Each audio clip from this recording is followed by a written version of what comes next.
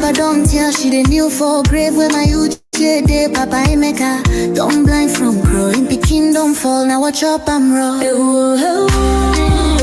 Me self they shake my hand no feel. Yesterday we laughed, today now dust we more. If we don't stop this night where we they share, tell me who go sing for the ones we know.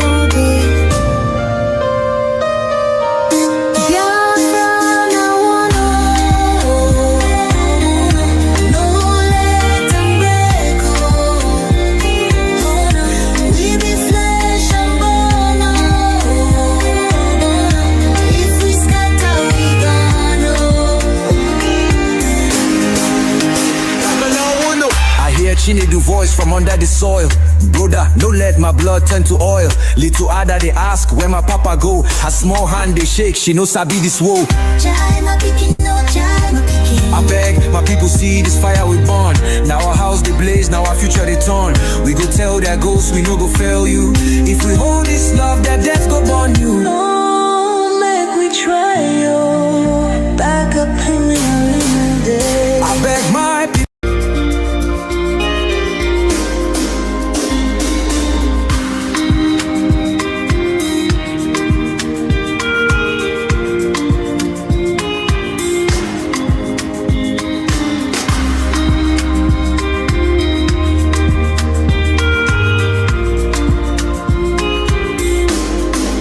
I see Mommy Nkechi, a rapper don't tell she the new for grave where my youth day Papa Emeka.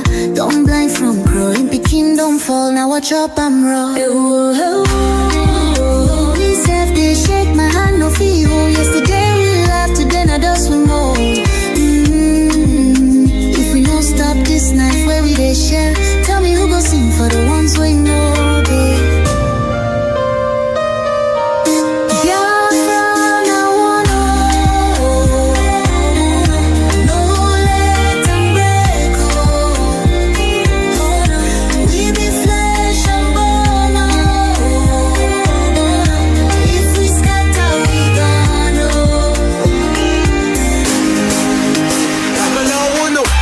She need the voice from under the soil.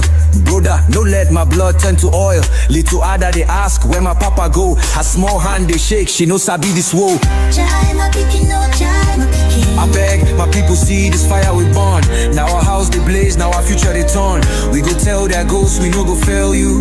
If we hold this love, that death go burn you. No, make we try you. Back up in the day. I beg my people see this fire we burn. Now our house they blaze, now our future they turn. We go tell their ghosts we no go fail you. If we hold this love, that death go burn you. Oh, make we try you. Back up joins with a trembling. Oh, hey. If we no join now, our children go so. Now, leader them maddest people they fight guy. From BRG to USB, Wahala know the rest.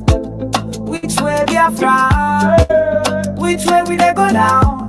Leader them maddest people they fight guy. From BRG to USB, Wahala know the rest. Big Kanu, oh. Please, please, oh. No be your body divide us. Now we do amo. Big Kanu, oh. Form soldier, but we still they bleed for room. Them carry Kanu go, we turn enemy. Simon open mouth, them start to judge his speech. Telegram full of war, no love at all. One side say autopilots, one say delete them all. But the blood where we shed, you know they flow backward. USB rise, but ego they break what? We get banner, we get flag, but every corner, now tribal drive. Big Kanu, oh. Which way now, which way, oh. No be your body divide us. Now we do amo. Talk true now. Big Kanu, oh. Biafra get the dream, but I hate it, they slow and go. Unity no get duplicate, no try fake 'em. You dey for freedom fighter, but you dey hate 'em. USB no be juju, now we go build 'em. Stop to cause, make we raise nation. Which way Biafra? Which way we they go now? Leader them maddest people they fight guy. From Brady to USB, Wahala know the rest. Big Kanu, oh. Which way now, which way, oh? No be your body divide us. Now we do, I'm on talk true now. Kanu, Kanu, Kanu. Biafra get the dream, but I hate today, so I'm go. And we get a leader, them carry. We get a soldier, them jail. We get the youth, them divide. Still we rise, USB worldwide. Which way Biafra? Hey. Which way we do go now? Hey. Nigga, them honestly put the fight high. From Virgin G to USB, Wahala know the rest. Kanu, oh. Which way now, which way, oh? No be your body divide us. Now we do, I'm on talk true now. Kanu, oh. Kanu, oh. Biafra get the dream, but I hate today, so I'm good.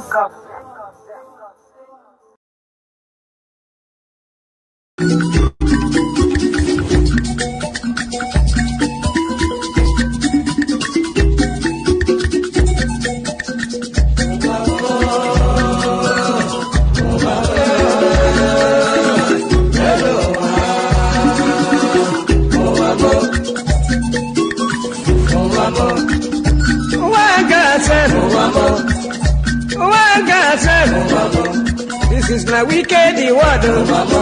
This is my confusion word. Listen to Biafran.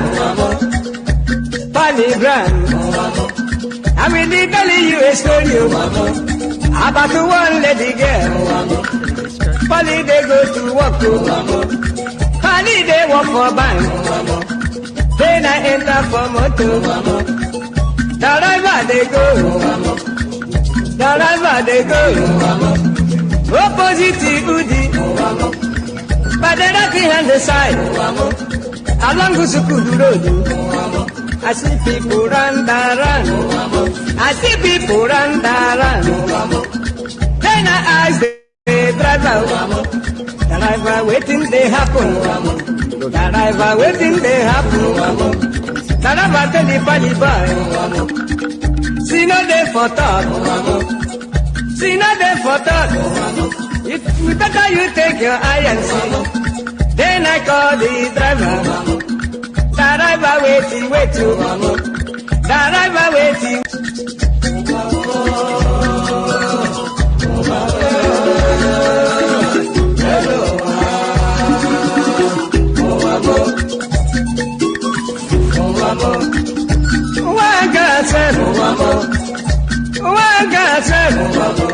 This is my wicked word. This is my confusion word.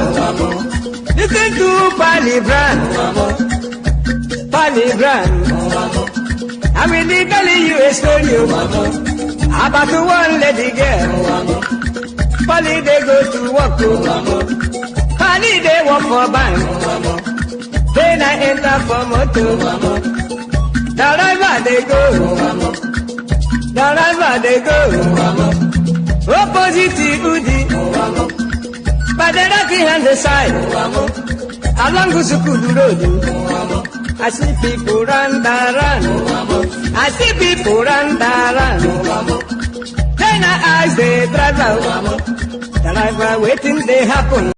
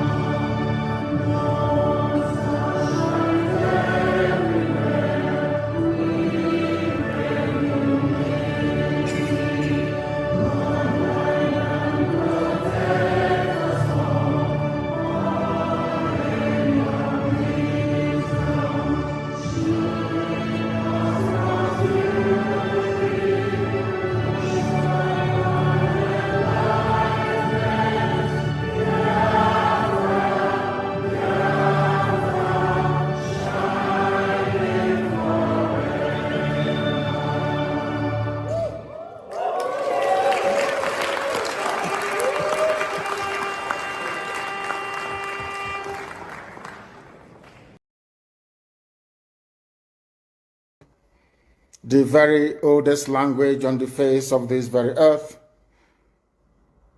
Chukwu okike abịa mapụrụ m ihe niile, Chineke na onye ndị nsọ na-efe wee na-akpụ isi ala nye onye anyị na-agọzi aha nsọ ya mgbe niile, onye anyị na-aja mma wee na-eto anyị enweghị iche ọzọ ewezuga gị. Anyị anaghị efe arụsị, ọ bụ naanị gị bụ onye kere ihe niile kere eke mana onweghị onye kere ya. Ọ bụ ya mere ndị Igbo ji wee na-etu gị ebighị ebi. Ndị nsọ na-agba oche eze gị okirikiri ha na-akpụ isi ala nye gị, ọbụladị ndị okenye oru 2 na 4 bụ ndị na-atụ mkpọ ọla edo na ala ha niile si na-ede nsọ Chineke nna nke igwe. N'ụtụtụ a, ehihie, abalị, n'ụwa niile bụ ebe ụmụ gị gbasasịrị ka ụkpaka nna nke ebere dị ngọzi ka anyị na-akpọkọta ha eze ebube onye ime eluigwe wee na-arịọ gị ma mma gị na ebere gị amara gị na ọmịiko gị ebe ndị gị nọ. Anyị wee na-arịọ ka iru gị wee chaa n'ebe anyị nọ. Anyị wee na-arịọ gị ezi ebube dị ngọzi ka igwe tinye ọgbaghara n'etiti ndị iro, ka ha rabụ ndị kụziri ka ha wee megide anyị onye nwe m na Chineke nna dị nsọ, ka aka nsị ndị dị etu a wee baa ha ọnụ, ije obodo ekwensu bụ zuu wee laa ya n'iyi. Anyị wee na-arịọ gị onye na-adịgide ma ruo mgbe ebighị ebi, biko nụ ka iwe mee ka Biafra wee bịa ọsọ ọsọ nna nke ebere na ụmụ gị atakwala n'ahụhụ. Anyị wee na-arịọ gị ka iwe na anyị ezi echiche na amamihe, mmekọrịta nwanne na nwanne ịdị n'otu ọganiru, ịhụnanya nke pụrụ iche onye nwe m na Chineke nna, ka i wee tinye ụmụ gị ezi mmụọ nke eziokwu ma wezuga anyị aka ajọ ihe n'ime ndụ anyị nna nke ebere dị ngọzi. Ka ọ ga-abụ ikpeta maazị na Biafra ga-abịa, anyị ga-aja gị mma wee too gị wee gọzie aha nsọ gị, kpee isi ala nye gị, bulie aha nsọ gị elu site n'ebighị ebi mara n'ebighị ebi ka a na-arịọ gị. Ise ise ise. This very morning, all of you, I believe that those who are watching know who we are and why we do what we do. My name is Nnamdi Kanu. I am the leader of the indigenous people of Biafra all over this very planet Earth, the director of Radio Biafra and Biafra Television, and by the very special grace of the Most High Elohim, Chukwu Kikabia Mapurumi Henine, servant of the wonderful people of Biafra. We are live and we are direct this very morning, afternoon, or night, depending on where you are. And we start this very day by making it abundantly clear that the greatest enemy of a black man is the way that we reason. If not that the way we reason is very, very abhorrent, there is no need or reason why we should be suffering and complaining every blessed day without the courage to do something about it. And we are not going to stop until we get what we are looking for. What we're asking for is simply a referendum that will lead us to the democracy, the freedom, the liberation that Biafra portends, not just for the trapped and subdued indigenous populations in the damnable contraption called Nigeria, but the whole of Africa as well. Because right now we are in a state of war. We are in a state of war. It is the express wish of the Fulani Caliphate to kill our people. Their plan during the war was to kill every male, every adult, male and female, up to the age of 10, and then groom them to become Janjaweed slaves.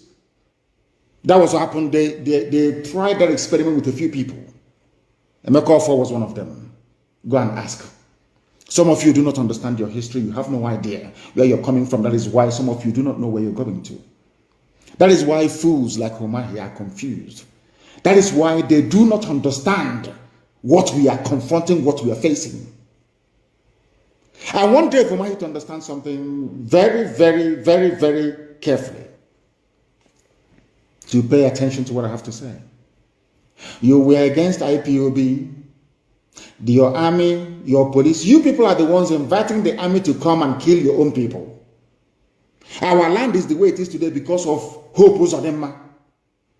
Hope Uzodinma thought that we are in the era of 2017, 2018, 2019. Bring the Fulani army to come, kill 1 or 2 people, and everything will be quiet. No, not anymore. They are going to die in our land.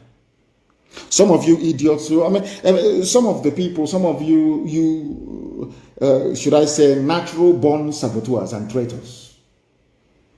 Some of you fools that can never see what the enemy is doing to you is only when there is a retaliation that you start to yap and to complain.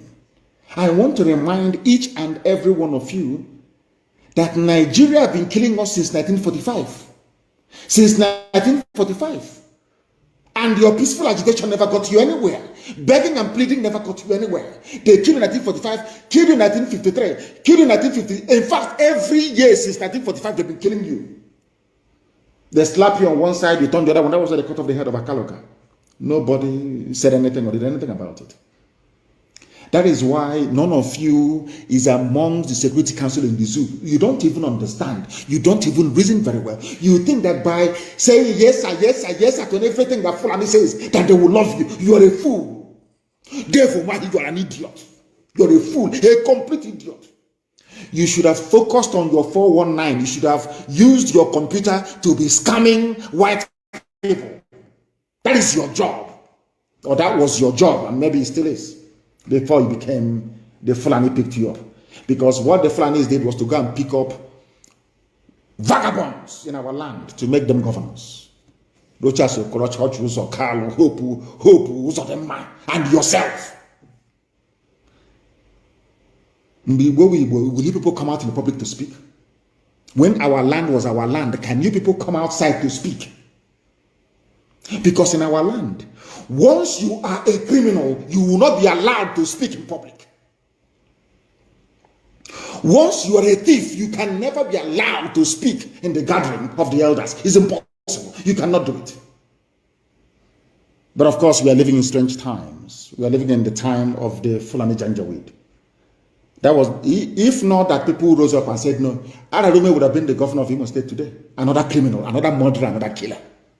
These are the type of vagrants that the Fulanis are bringing to come and lead us. Dave Umahi, you're telling me you don't understand what happened to your people. You don't understand that we lost 5 million people. Look at all the commissioners of police saying, oh, don't come outside. No, you can go. Dishonor the dead. Don't remember your heroes. Let me remind you what they did to you, because some of you do not know. As they were running from the aircraft, as the massacre was going on, there were Igbo people amongst the custom officers, and they dropped their chalk and they fled, only to be shot in the main terminal by other soldiers. I hope, Dave Ma, you're listening to me very carefully. I am not the person to remind you to honor the dead. Because with great position comes great responsibility.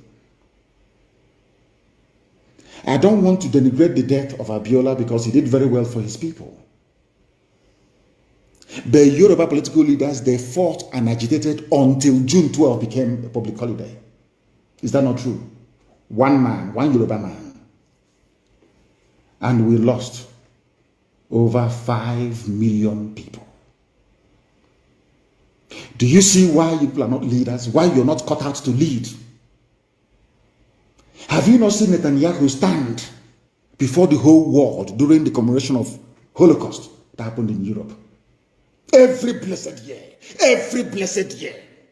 Have you not seen Her Britannic Majesty, the Queen of England, Queen Elizabeth II, stand at the cenotaph the 11th of November every blessed year to remember those that fought and died for their country? Do you also know, Dave Umahi, in your stupidity, you don't even begin to acknowledge that had all these men that perished in the trenches had they not died in the trenches, look at what is happening in Plateau, look at what is happening in Taraba, look at what is happening in Benue. Look at what is even happening in Niger State. The same thing, look at what is happening in Yoruba land. The same thing could have been happening to us today. Let me tell you something that you don't know. Because these men fought and died for us. They gave us hope. That was the job of Ojukwu. Ojukwu was the Moses of our time, our trailblazer. God used Ojukwu to say to us, there is a promised land somewhere called Biafra. Only when you people are worthy will I lead you to that land. Israelites were wandering all over the wilderness for 40 years. We have been wandering now for over 50 years because of our sinful nature, because of our wickedness against our own people. This same army that killed our people and slaughtered us is the same army that you criminals are inviting into our land to kill the same people, that their fathers were killed by the same vagabonds that you're bringing in. Do you see why we despise, why you people are lower than vermin? One, you don't even know your responsibilities. You have no idea what it means to be a leader. You don't have a clue what it means to be a leader of a people.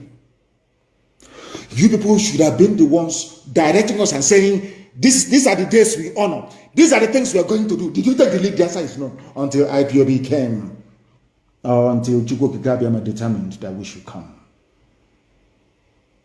Instead of you to say, this is a very laudable initiative. How do we get the government of Nigeria to acknowledge 30th of May as the day that a grave injustice was done to a particular race? You idiots, due to what I will call political expediency, you are more or less interested in safeguarding your own private political position. Shame on all of you.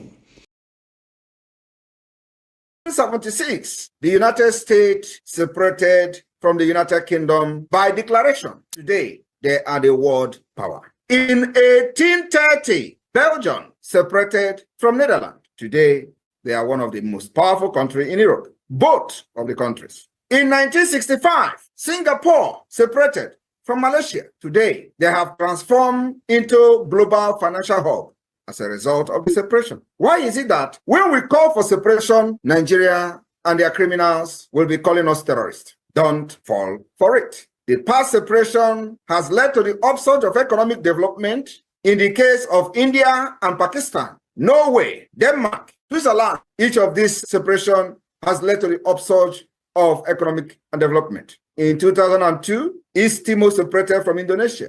In 1921, Ireland separated from the United Kingdom. Today, they are one of the powerful countries we have. In 1944, Iceland separated from Denmark, demonstrating that nations can part away without violence. Why do you kill Biafrans?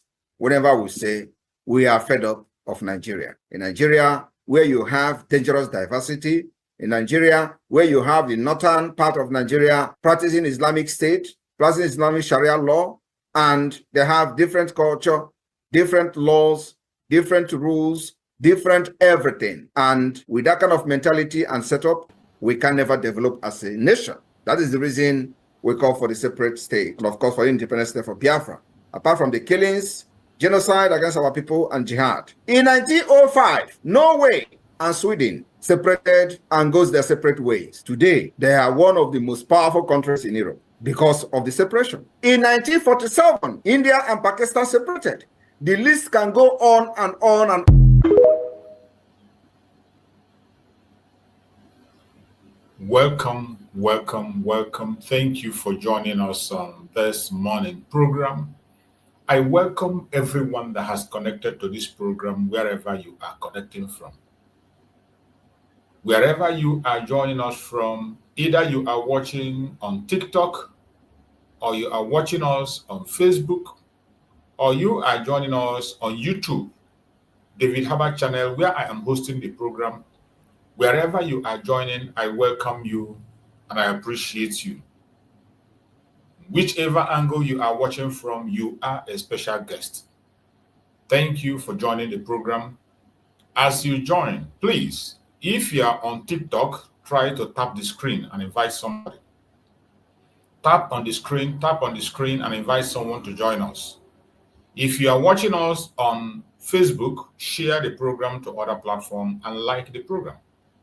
If you're with me on YouTube where I'm hosting the program, please kindly share. You know what we do.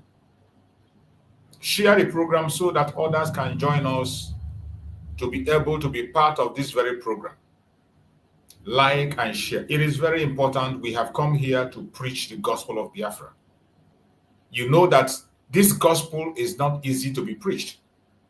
You know that there is so much attack on this gospel. Each time you mention the word Biafra, the whole world will be shaking. People will be running helter-skelter. All the demons that are hiding will rise up. That is how hard it is to preach the message of Biafra. But are we going to run away and chicken away because of the difficulties? No, we will not. Instead of us running away, we come in the more, and we bring in more strength and more effort to fight to make sure that we are free. My fellow Biafrans that are watching this program, wherever you are watching from, I welcome all of you. And for the sake of those that are joining us for the very first time, in this very platform, we do not come here to instigate violence. We don't come to this platform to preach hate. We do not come here to attack people or individuals. We don't come here to attack any race or religion. Whatever be your orientation, whatever camp you belong, whatever thing you have in mind, whatever be your own opinion, you are entitled to it. We are not against you. We are only against those who are against Biafra. If you are against the freedom of the Biafran people, we will be against you with every fiber in our bones. If you are against Biafra, we will fight you with everything that we have. But if you are standing with Biafra, you are standing for freedom. Even if it's not Biafra, but you are standing for freedom. You are standing for humanity. You are welcome in this platform. Feel free to join us.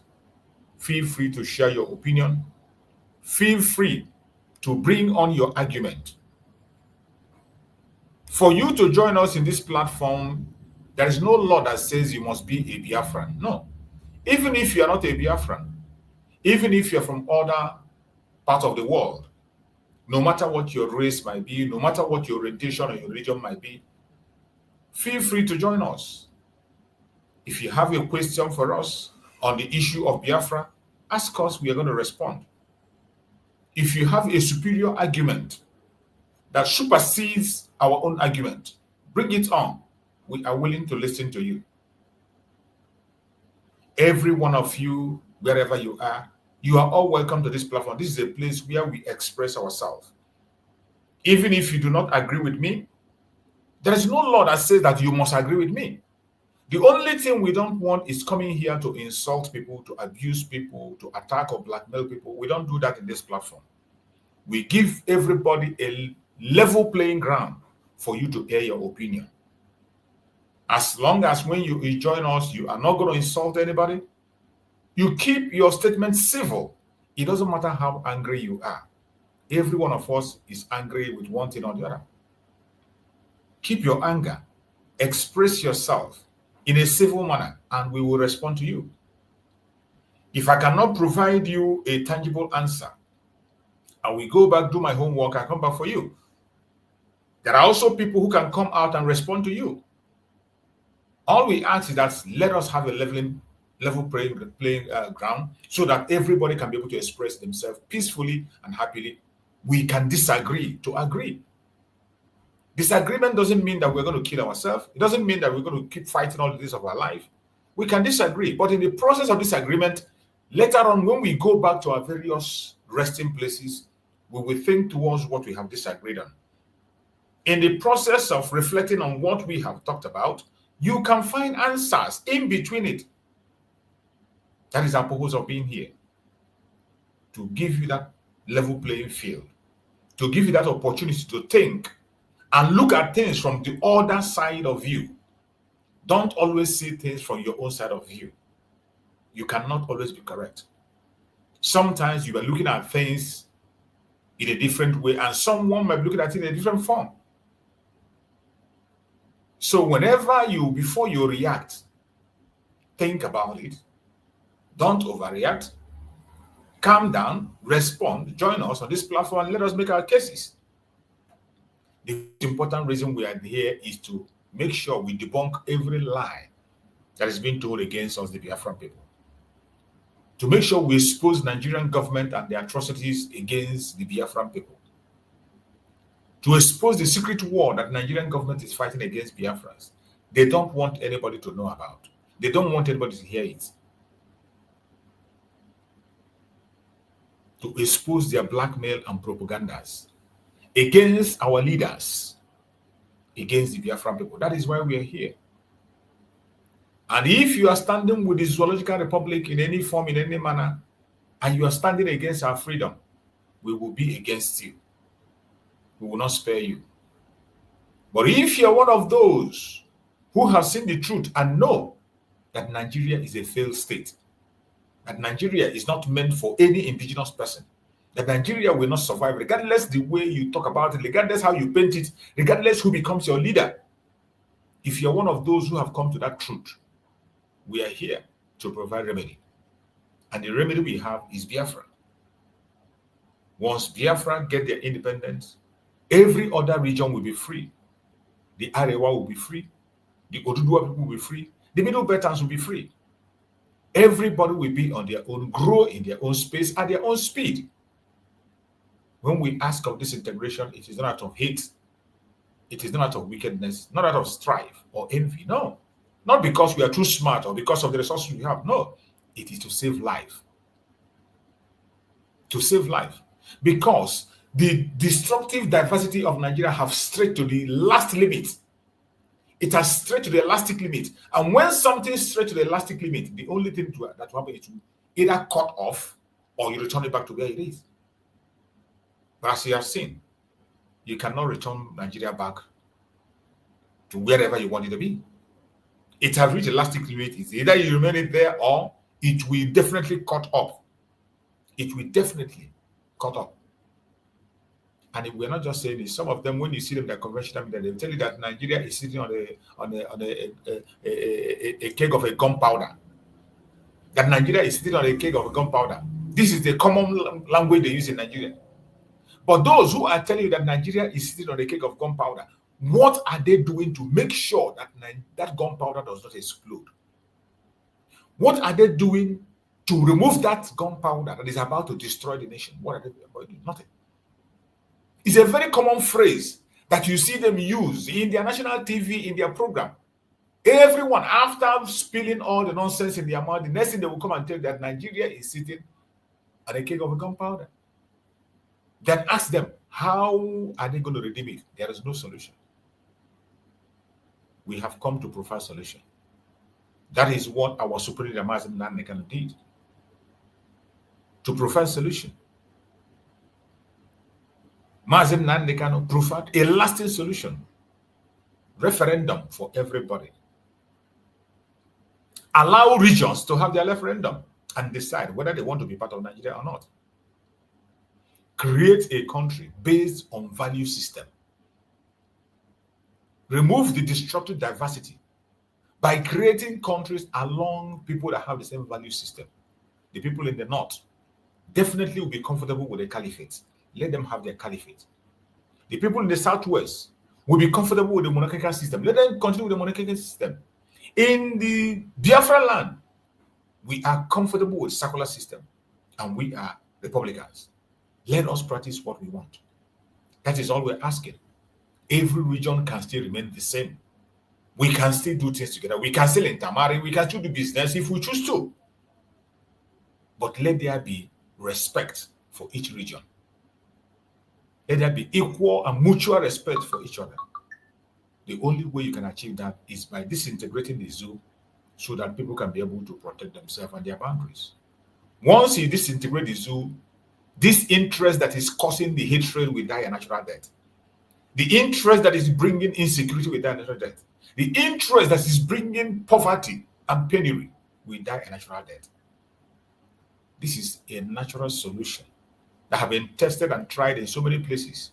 You heard our Prime Minister in the video I played when he stated countries that have broken away from other countries, from their parents' country, and they became much, much better than they have ever been. Many countries have succeeded by breaking away. They become excellently well, engage in healthy competitions, and perform excellently well on international level. That is all we're asking for, nothing more. Why is it difficult for this to be adhered to? It doesn't matter whether they listen or not. We will continue to ask. We will continue to speak. That is why we're here this morning, and we will continue to do the needful.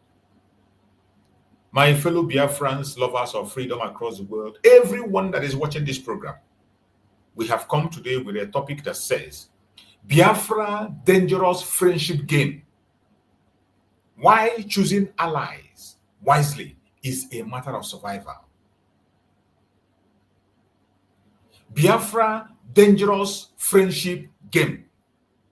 Why choosing allies wisely is a matter of survival. This topic is very important and very heavy because of where we are today, because of what is happening. But before we go deep into this very discussion, I want us to first of all touch the case of Nnamdi Kanu. We have had the report that came from the lawyer of Nnamdi Kanu. So many of us must have seen that report. So many of us must have seen the report. And for those of us who have not seen the report, I would like to play the report that came from the lawyer of Nnamdi Kanu. Let us listen to that report. Then I will make my comment before we go into the main topic.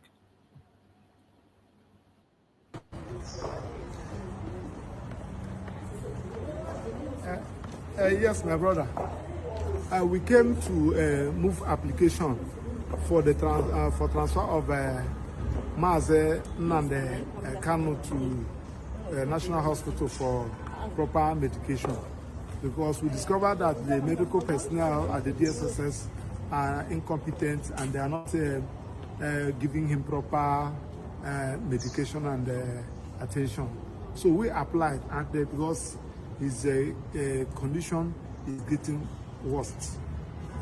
He's lacking potassium in his body and they don't have any solution to it.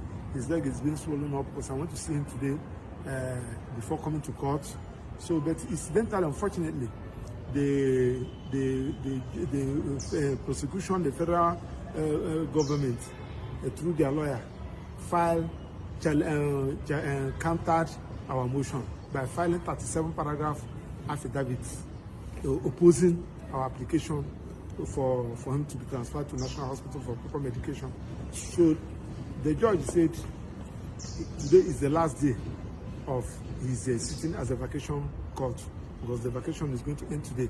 That is going to send the file, the motion to CJ for the CJ to reassign it to the substantive court who has been handling the matter, Honorable Justice James Omotosu. So all our efforts to let the judge at least make that consequential order. In fact, most of the times you don't even need a motion, formal motion. You can do it so much, but the judge refused. And the question we are asking is that why should the federal government object the application seeking the leave of the court to an order of the court for Nnamdi Kanu to be transferred to National Hospital for adequate medication? You don't want Nnamdi Kanu to die. Is it not a living that will face trial? So this particular issue is really giving us concern. Nnamdi Kanu is somebody that is facing trial, and somebody who is facing trial under Section 30 of the Constitution is presumed innocent under the law. So it's a very frustrating situation, and we continue to pray, we continue to believe that the necessary thing should be done. We are going to follow the file up and to ensure that the file is listened to the court who has been handling the matter, and see whether it can give us a date for that motion to be had before 10th. That is where we are, and that's the update I said let me just give you. So he said that I should greet you people, lovers of freedom and those who believe in justice. So I should greet you, and I also narrated your prayers and your greetings to him. Thanks, and God bless you. You have heard from the lawyer of Nnamdi Kanu the update on the health of Nnamdi Kanu. You see, we have lamented about this for a very long time, talking about the health of Nnamdi Kanu. On several occasions, we have talked about the issue of the health of Nnamdi Kanu and the way it is being managed by the DSS. This concern have come several times, and yet Nigerian governments have refused to do anything. The DSS continue to make sure that the health of Nnamdi Kanu gets worse than it has ever been. And this is one of those times when I remember Mazi Simon Ekpa, I shed tears. This is one of those times that when Mazi Simon Ekpa hear this kind of information, he will not be silent. He will put every politician in Nigeria in their toes. He will put every member of Ohanes and Igbo, everybody in Igbo land, he will put them on their toes. and the internet will be on fire. You can imagine the supreme leader of IPOB, Nnamdi Kanu, applied, sent in an application for him to go and have his treatment, not abroad, not anywhere, in the government's national hospital in Abuja. He was not demanding to be flown abroad. He was not demanding to go to a private hospital. He demanded to go in a national hospital in Abuja for proper treatment because of his health.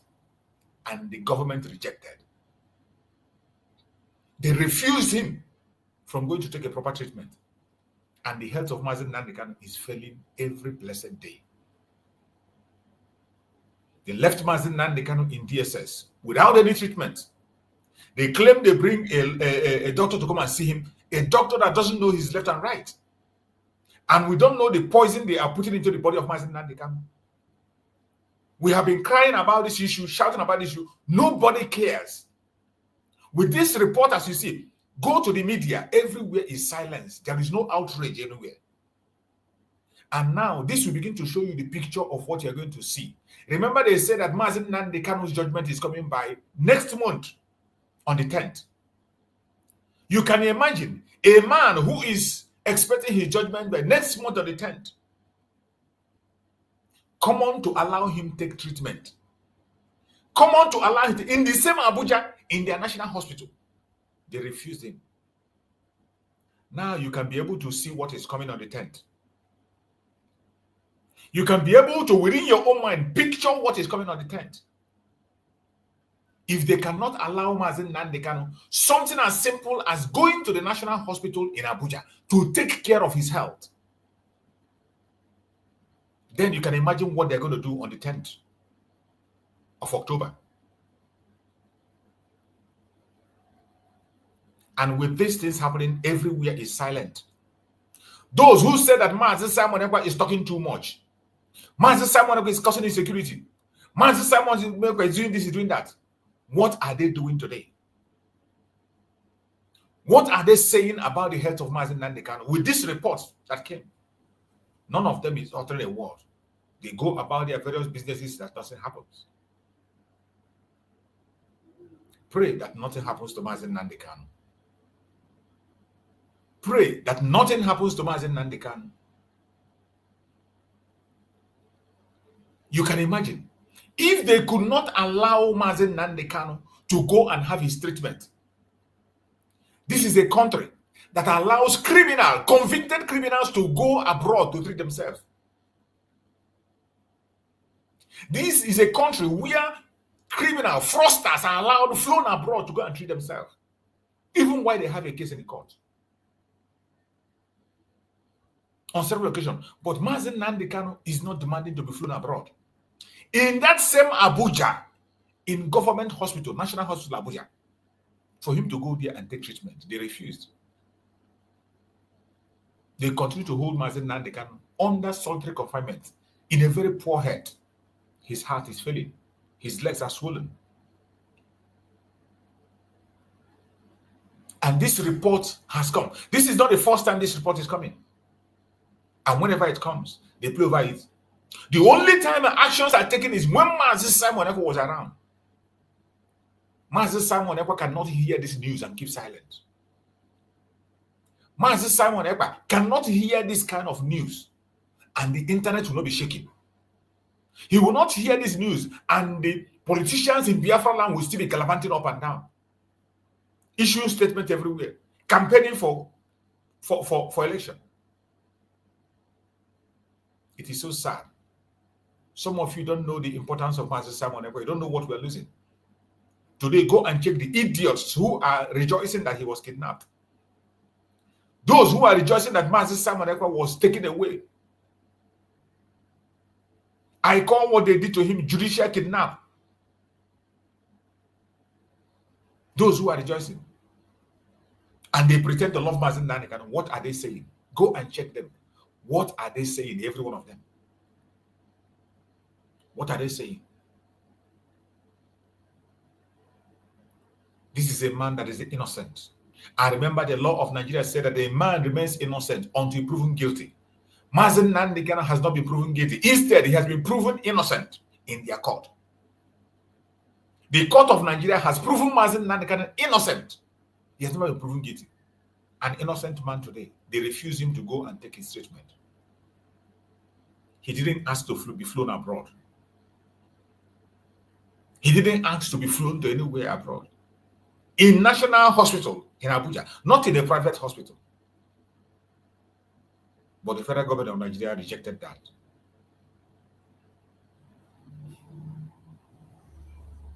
How long are we going to continue to tolerate this? While these things are happening, the entire world is watching. The international communities are watching. Amnesty International is watching. The United Nations is watching. A man whom the arbitrary committee of United Nations have given an ultimatum of 6 months to release, they refuse to release him. Today, that man is dying in detention. They have refused him from taking treatment. They refuse him from taking treatment. The United States knows, is aware. They are not talking. The EU is aware. They are not talking. African Union is aware. They are not talking. That is where you see the global conspiracy against the Biafrans. The global silence against the Biafran people. The global silence on the atrocities that committed against Biafran people.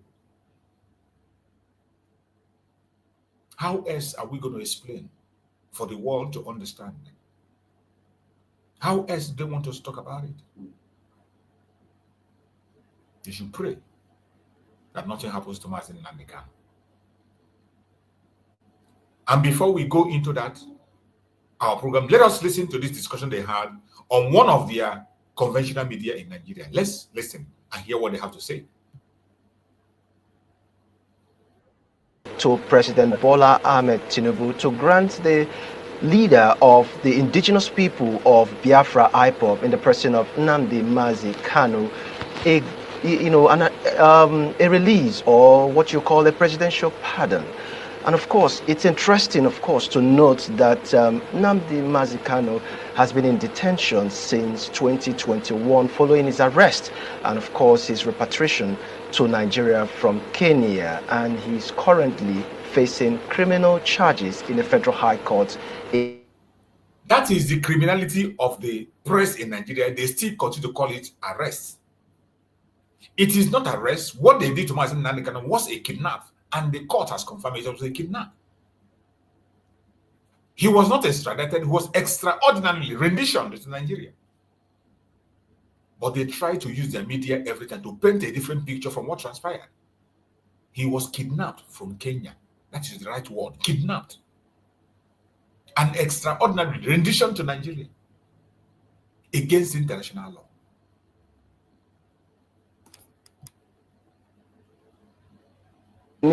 I'm being joined by two gentlemen who will be giving us their insightful thoughts as regards this, both from a human perspective and of course a legal angle.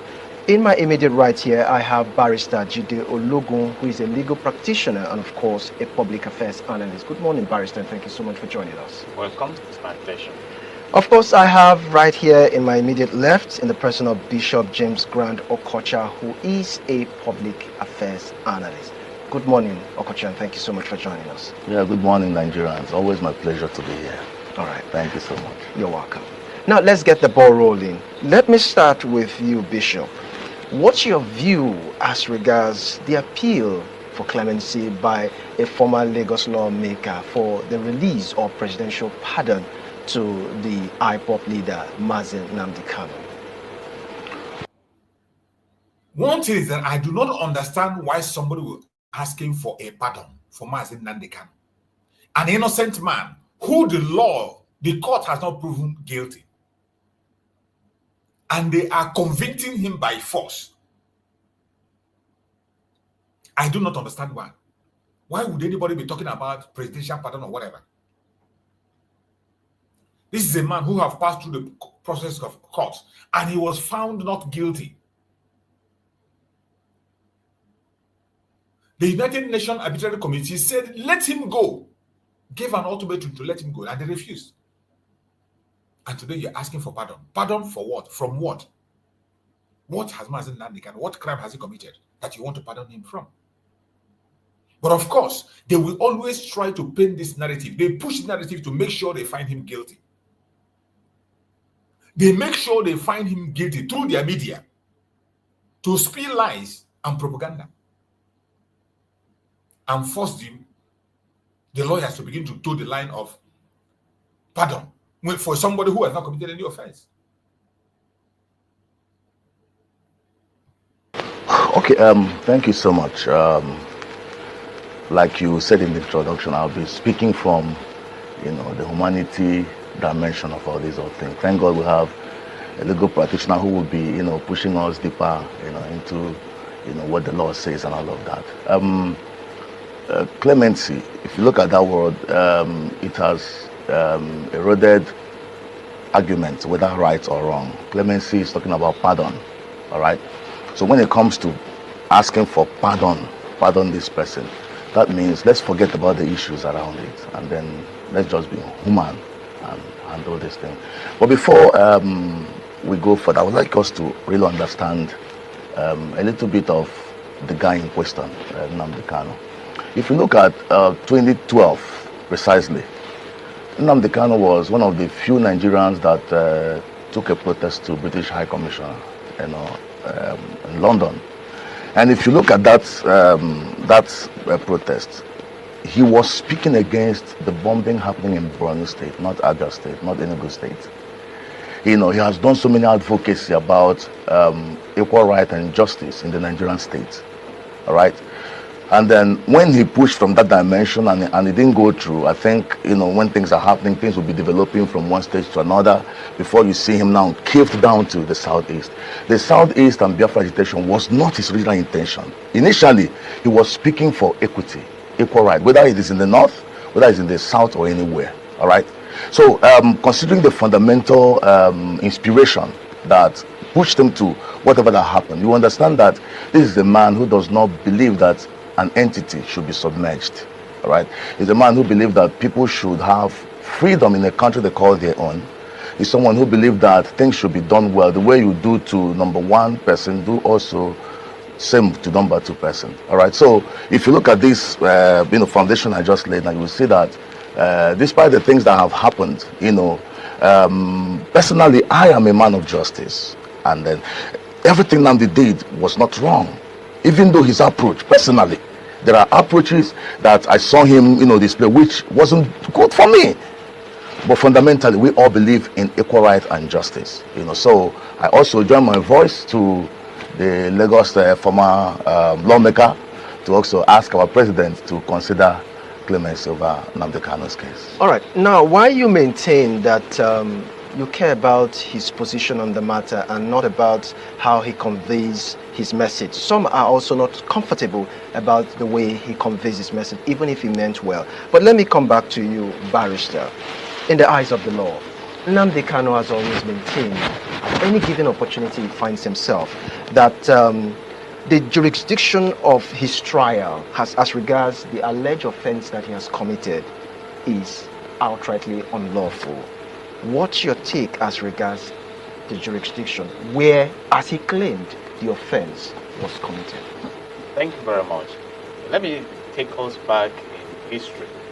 This issue of Nnamdi Kanu came to the front burner around 2015 when former President Muhammadu Buhari won the election as president. And it was then a matter of the Biafran radio.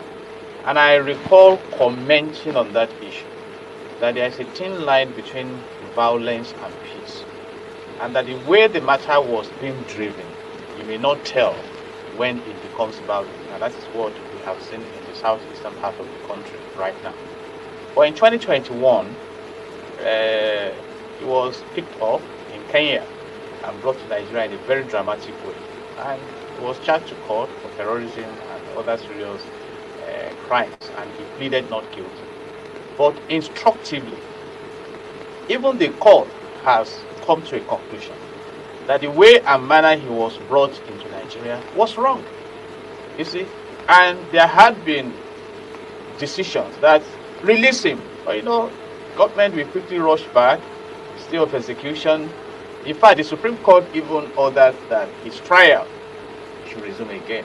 And he's been there with his own drama, the drama of his lawyers in court and things like that, the close down of business in the southeastern part of the country, then the linking of the insecurity in the southeastern part of the country to the release of Nnamdi Kanu.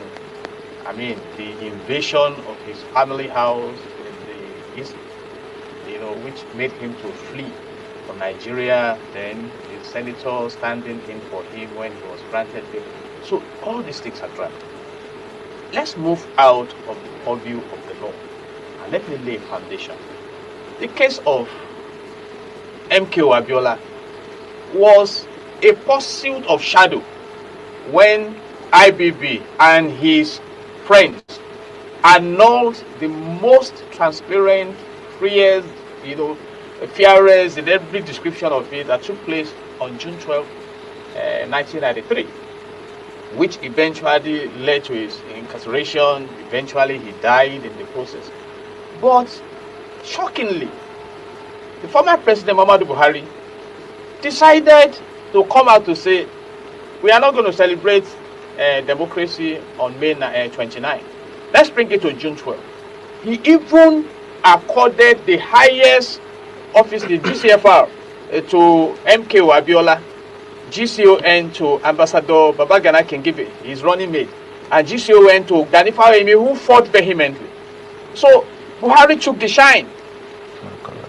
Even IBB, I'm sure after many years of not having a peaceful conscience, came out again when he was launching a book and declared that this man won the election, because by the time Buhari was even doing his own, they were making a statement that presumed winner. He won that election. You people, destabilized it. But where have we come in Nigeria? The president and commander-in-chief of the armed forces is empowered by Section 5 of Nigeria Constitution 1999 as amended with the executive powers. Yes, he can release Nnamdi Kanu. He can, summon the Attorney General who will withdraw the matter from court. And I respect what Honorable Jude Itimogu is saying. That, and I don't want to be political about it, whether it should bring more votes for APC. That is a conversation that we're going to have. Exactly, the Southeast or not. Yes. But I believe, like Lord Heward said, which we learned in the Nigerian law school, that justice should not only be done, but clearly seem to have been done. I'm asking a question this morning, and God forbid, if Nnamdi Kanu passes away in the custody of the government, what happens? So while we attend to that question, these are issues. While we attend to that question, Barrister, while we attend to that question, now, do you think, given your submission that you alluded to, that the manner or the way and manner in which he was, repatriated to the country, is it in violation of his fundamental human right? And do you think that a court of jurisdiction in Nigeria can try him on that offense? You see, I have mentioned this, that a court declared that the way he was brought to Nigeria was wrong. You see, but when a court makes a pronouncement, you can move to the appellate level. And the matter has gone all the way to Supreme Court. Supreme Court is saying, continue with the trial. In spite of his rights being infringed on in the way he was brought in such a controversial manner? Since 1963, when Nigeria became a republic, Supreme Court has remained the highest court in the land. Before then, you could further appeal to the Judicial Council Committee of the Privy Council of the UK. So if Supreme Court says continue with the trial, what will judiciary do? They are the alpha and omega, so to say, in the judicial circle. But I have said now, perhaps not overtly. The president is highly influential. Nobody stopped Buhari from doing what he did. If President Bola Ahmed Tinubu sits down today to say, let's look at these matters, let's look at justice, let's look at, synchronizing the nation, let's bring the sense of belonging to everyone. Because don't forget, the Southeasterners are still nursing the wounds of the Biafran war.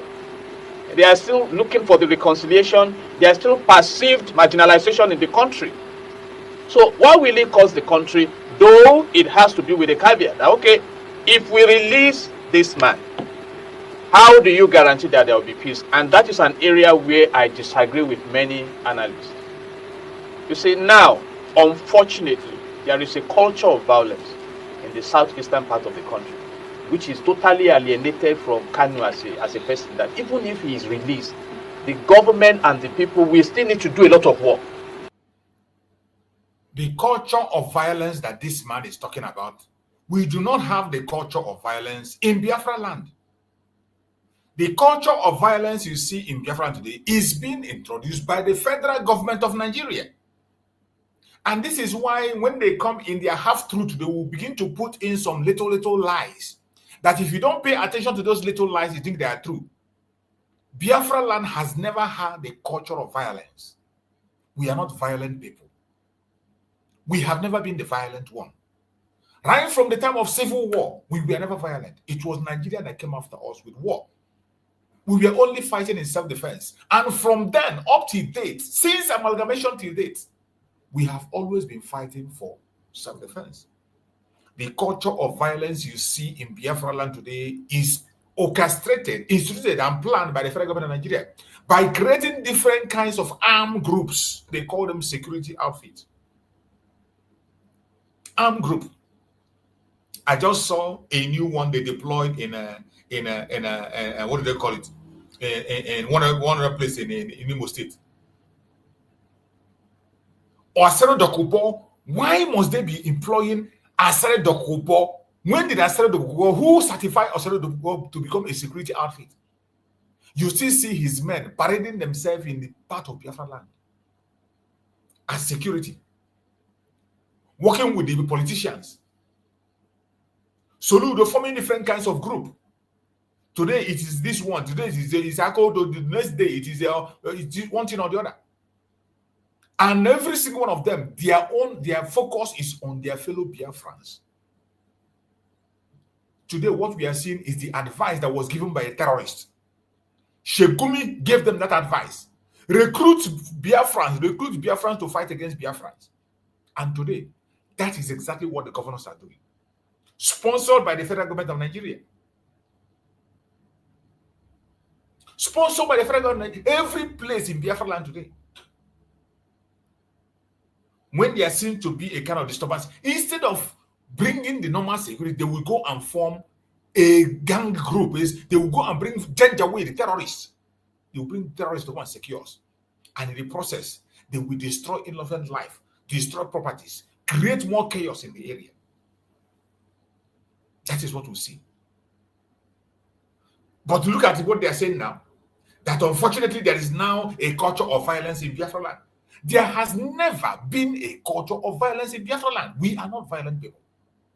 Every single violence you see today is being orchestrated and planned by the federal government of Nigeria. They put it in place to continue to call us a bad name. To continue to give us a bad name. Go and check all the security outfits they form in Biafra land. All the security outfits, what are they doing? They are not there to secure the people. They are not there to go after the kidnappers. They are not there to go after the herdsmen killers in the forest. Every single one of them is there to go after the agitators, people that say that they want self-determination. They have succeeded in creating that chaos, and now they will come on media and tell you there's a culture of violence in Southeast. To reverse that criminal tendencies, because people have gone into kidnapping, they've gone into different kinds of crime. And so because an opportunity came for them to start that culture, and just as people get addicted to different things, some are already addicted to crime. So we have deep issues here. But the starting point, like the elders will say, if trees fall upon one another, you carry the top one, then the next one. If he is released, it will douse tension. And I hope he also will be ready to move in the direction of that clemency. Because if you know the person of Nnamdi Kanu, a man who will tell his lawyer to shut up in court and challenge judge and things like that. You see, they say he who fights and runs away lives to fight another day. And so these are all the issues. But right. Politically speaking and diplomatically speaking, it's a brilliant opportunity for President Bola Ahmed Tinubu. And if you ask me for my personal opinion, if the court has pronounced, whether it was knocked off later or not, that this man was illegally brought into the country by the government, I think justice should be done. All right. Now let me fall back to you, Bishop, to get the human angle from this. Yes, the lawmaker has made an appeal. And if, from what you've just said, should be looked into, it's not a bad idea. But what some Nigerians are not comfortable and so much concerned about is the fact that you have to make, politics out of everything. Now, talking about the issue of his release and, of course, being granted presidential pardon, what has that got to do with 2027? Saying that if Nnamdi Kanu is being released, the party's fortune is secured for 2027. What's your take on that? Well, to a very large extent, the answer is yes. But personally, I do have a problem with how the Nigerian state, runs, because we try to politicize everything. Bringing politics into this, fine. After all, he's a political prisoner. And this case is something that would have been averted if, when it was starting, and the then president, had a round table and said, let's discuss it. It wasn't faceless. The agitation was not like what Boko Haram is doing. And then, when there is a denial of equity, things keep growing. People that have bombed Nigerians, butchered them, some Boko Haram terrorists, they were pardoned, they were forgiven. So when certain things are happening, you see, people will be getting. There are roles that the government play as a then that really provoked not just Nnamdi, but fortunately, I'm from the same state where he came from. All right, like if you go to Bro, I've traveled around this nation. That's where you are having.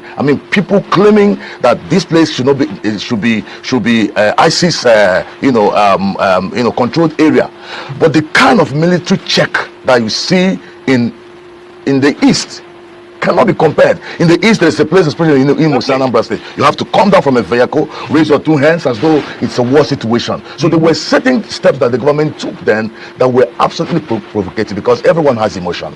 All right, and these things politically, there is a way you will still take that step, because the South is not liking the APC to an extent. Those years was because of the way they felt marginalized and treated.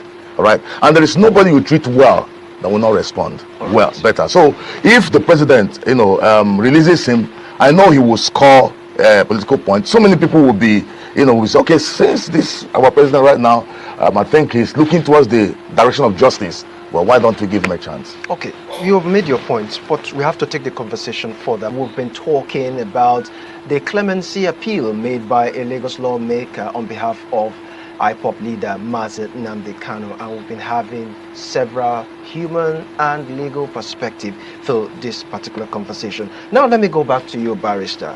Please, for the sake of our viewing audience, this particular word seems more like a very big vocabulary, and would like you to break it down in bits for those who are watching. Nnamdi Kanu currently is facing a criminal charge of criminal conspiracy and intimidation and membership of an illegal organization in Nigeria. Please, what do you make out of this? Recall that at a point, IPOP was declared as a terrorist group, and some argue, out of perception, that what about Boko Haram and ISWAP and things like that?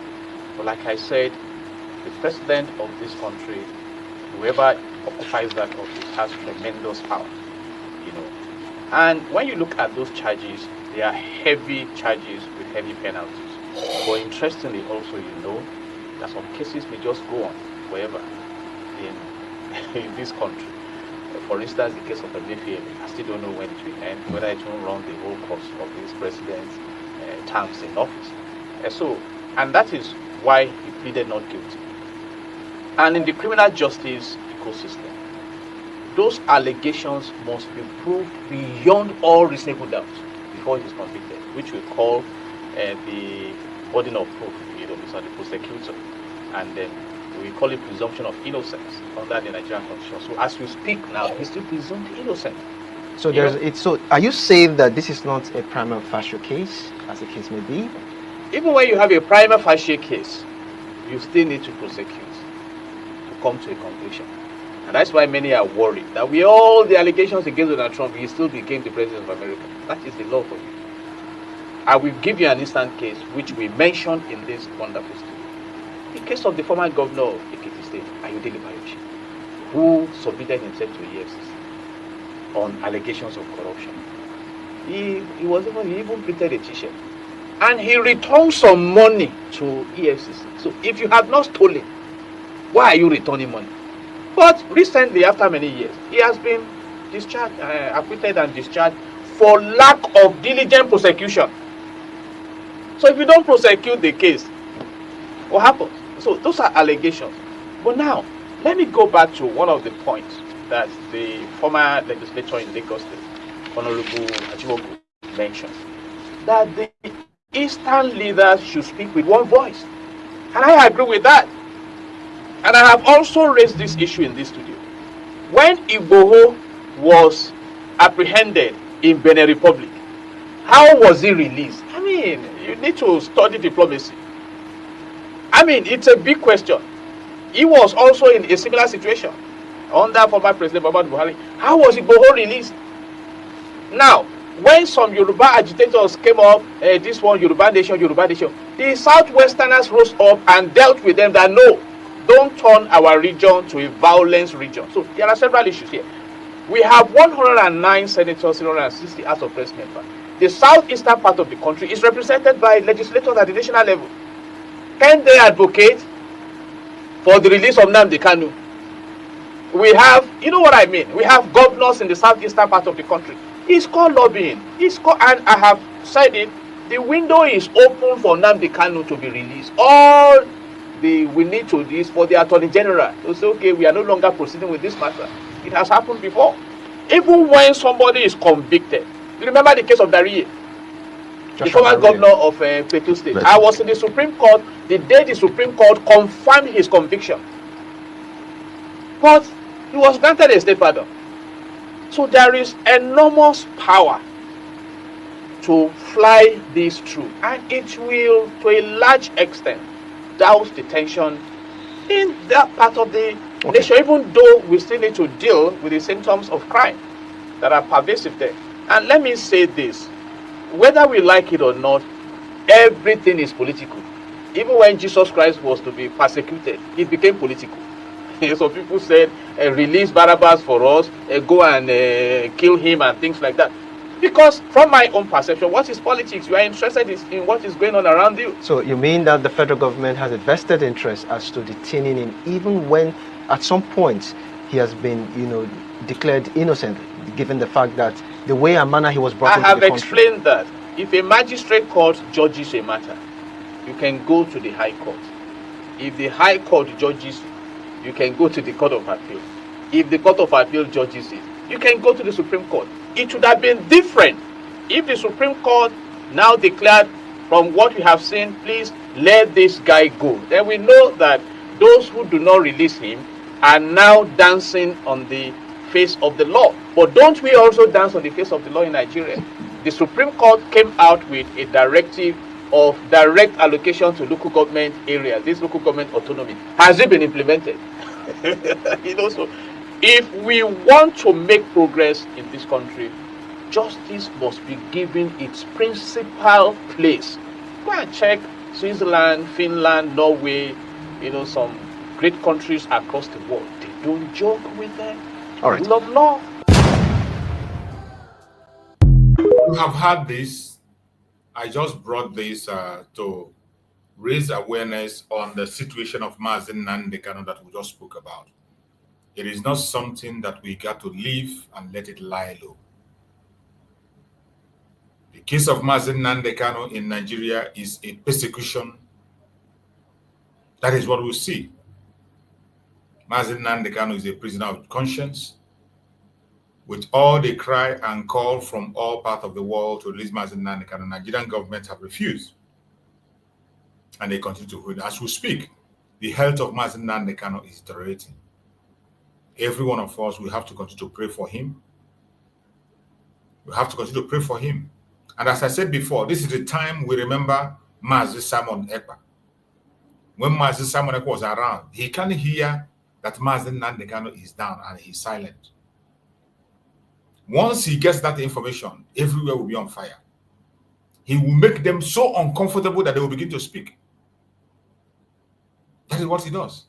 He will make it very uncomfortable for them, and they will be forced to speak. But today they have succeeded in taking Mazi Samanaba away. They can play around for as long as they care. And what you are seeing today will show you an example of what is going to happen in the coming days. Wherever you are watching me from, you must continue to pray for our Supreme Mazi Nnamdi Kanu the best way you can. We will never give up. We will never give up. No matter what the enemies are doing, no matter what they say, no matter how they say it, no matter how they try to distract us, we will never, ever lose our guard. We will continue to speak and speak until we get our freedom. Now we go into the main topic of the day that we're talking about, Biafra dangerous friendship game. Biafra dangerous friendship game. Why choosing allies wisely is a matter of survival. This topic is a very, very important and sensitive topic. And I would like you all to share this program to all platforms. Share it to anybody that is concerned about the issue of Biafra, because we are going to touch a very important and sensitive issues. The dangerous friendship game in this very Biafran struggle.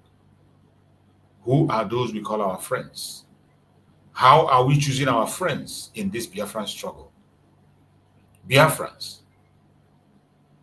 we must ask ourselves a dangerous but necessary question.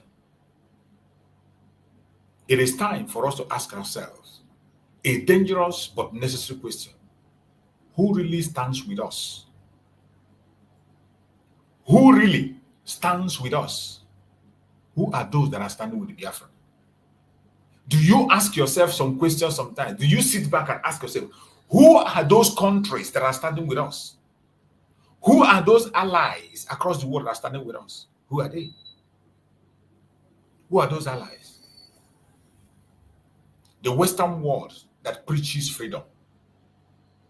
Could they be the same one preparing to betray us? The same Western world that preaches freedom. Could they be the ones? The same ones preparing to betray us? These are very necessary questions we need to ask ourselves. Who really stands with us? Who are those that are really with us? In international politics, there are permanent friends. Remember? Only permanent interests. There are no permanent friends, only permanent interests. Sorry. Always remember this. In international politics, there are no permanent friends. There are no permanent friends, only permanent interests. That is why I'm asking, who really is standing with us? I ask again, who really stands with us? Biafrans. Do you ask yourself that question certain times? Watching the attitude of the same people that preaches human rights and freedom. When you see what they are doing and the way they are playing their politics, are you not concerned? In international politics, there are no permanent friends. Only permanent interests. Biafra dangerous game. How are we choosing our friends? Who are those we regard as our friends? Even when we know that there are no permanent friends, only permanent interests in international politics. Many of us are not paying attention. And if Biafra chooses wrongly, our future could be sold out like before. If we make our choice of friends wrongly, if we make a wrong choice of friend, our future could be sold like it happened before. My fellow Biafrans, the harsh truth about Biafra and international diplomacy is unfolding before your own very eyes. The harsh truth about international policy in this issue of Biafra is unfolding. Maybe you are not worried. Maybe you're not paying attention. Recently, when I see things that are happening across the world, those people we regard as friends, what they are doing and the way they are showing their interest, I feel very disappointed. I don't know whether if you are paying attention. Recently, what we are seeing is those people that are in the front line of preaching human rights, preaching democracy, they are the one today that are arresting human rights activists. The same Western world that are preaching to you everywhere. The same people who are preaching everywhere about freedom, preaching about human rights. They are the ones today that are in the front line of abusing rights. What really caught my attention is United States of America. If you are paying attention, recently, the defense minister of Amazonia, one of the top officials of Amazonia, was arrested in the United States. United States of all people arrested an activist of Amazonia, a freedom fighter, arrested in the United States. When you see that kind of a thing, are you not worried? You can imagine. This is the same United States where Amazonians have a lobbyist that is lobbying for them. This is the same Amazonia who were in the front line during the time of Trump inauguration. They were there. A top activist of Amazonia, in their defense, was arrested in the United States of all people. And another news came that the United States of America sent soldiers to Cameroon to train their soldiers to fight against the Amazonian people. When you see that kind of a news, doesn't it ring a bell in your ear?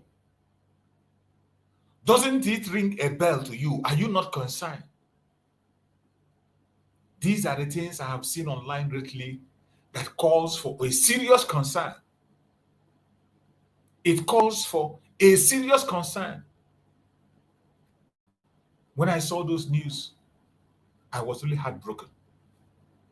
And I'll begin to think about this. I say, who are those people we even think that they are our friend? Who are the people that are with us as Biafran? And I want to put the same question. You that is watching me, who are those you think are Biafran friends? Who do you think that are Biafran allies? Who? Do you really think we have some people out there who stand with us? How can you imagine that Amazonia that is facing genocide in the hand of the Cameroonians, the French, in the hand of Cameroonians, sponsored by the French, the same Amazonia,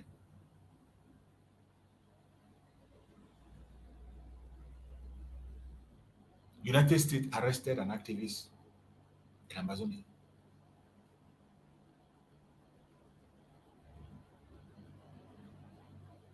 Who are those we are choosing as our friends?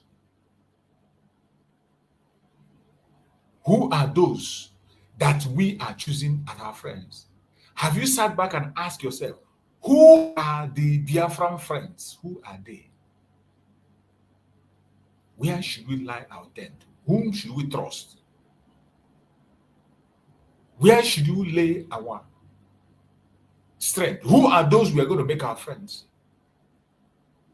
Who? Who are those you think we should make our friends? If this a place like United States of America, we kidnap, arrest an activist of Amazonia with a flimsy excuse, with all the gruesome videos that is coming from Amazonia, with the genocide Amazonian people are facing in the hand of the Cameroonian government. And yet, you see United States working with them up to the extent of providing soldiers for them. Are you not concerned?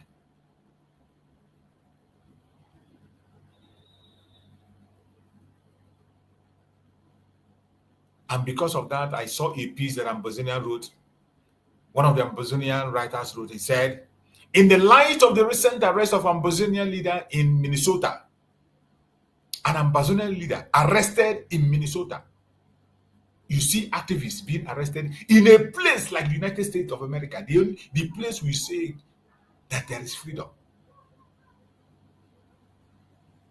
An activist arrested, Ambazonian leader arrested in Minnesota. And the guy wrote, he said, it may be time for the Ambazonian lobby firm to reconsider its strategy. Instead of focusing effort in Washington, D.C., they could explore lobbying for Ambazonia outside the United States, particularly by engaging with Russia.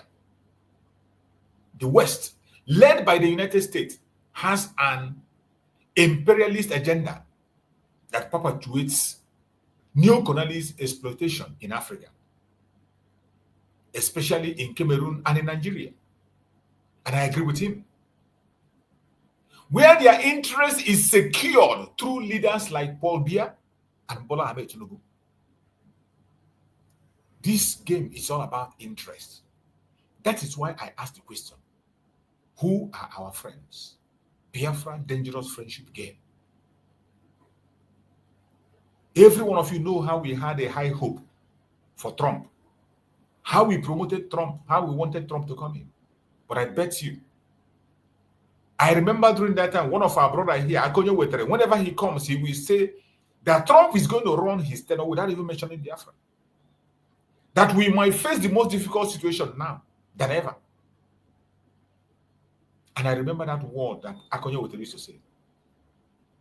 And the guy wrote, convincing the US to change its stance like it's likely a daunting task, unless those interests are challenged currently. Russia is positioning itself as a potential liberator for Africa by supporting the call to address the root causes of the conflict between Cameroon and Ambazonia at the negotiation table. Russia is the one advocating, Russia as we speak is advocating for the case of Ambazonia and Cameroon to be addressed from the root cause. They're advocating to sit on the round table. But what is the United States doing? United States is sending military help to the Cameroonians, training their soldiers to fight the Ambazonians. Who are our friends? Who are we going to make our friends? Who are we going to make our friends? Russia is positioning itself as a potential liberator for Africa by supporting the call to address the root causes of the conflict between Cameroon and Ambazonia.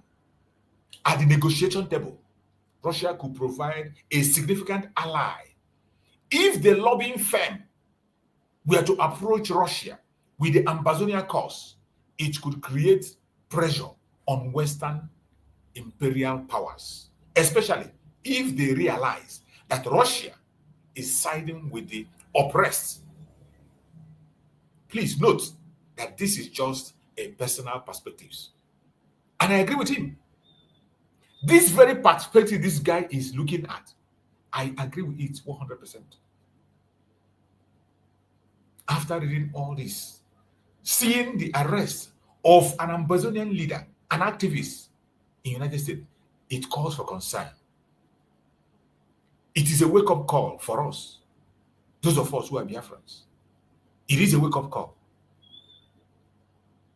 We must not go to sleep thinking that we have friends when we have no friend anywhere. Biafra dangerous friendship game.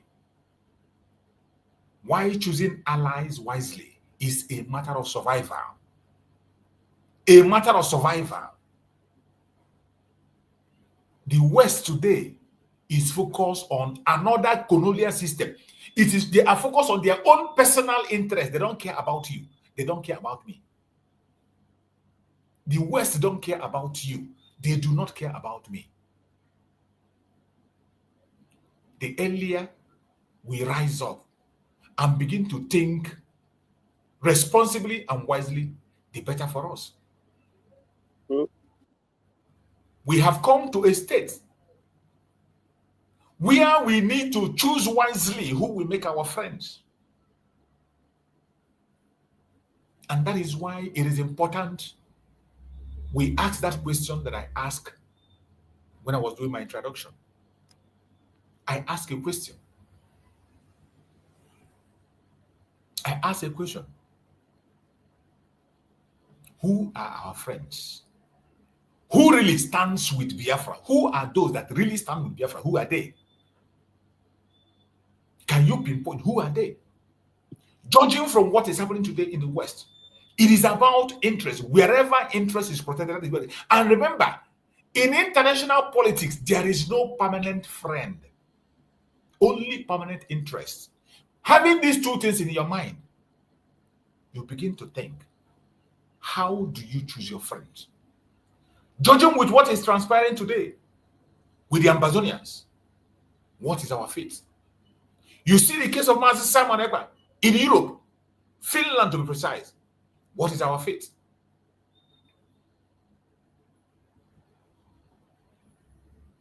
What I just read about that Amazonian guy that he wrote, I agree with him 100%. I do agree with him. You might disagree with him. You are entitled to disagree. But looking through, I bet you I agree with him.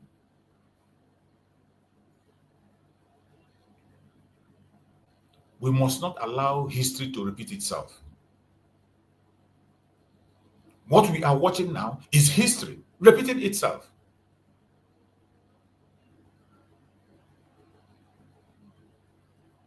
We know how fragile alliance can be. All these alliances that are fragile, you know how it can be. It will always be about interest. Don't ever forget that. Who are those that are our allies? Who do we make our friends? Can Biafra really rely on the West? Or are we walking into another trap? These are questions that deserve an answer. Can Biafra really rely on the West? Or are we walking into another trap?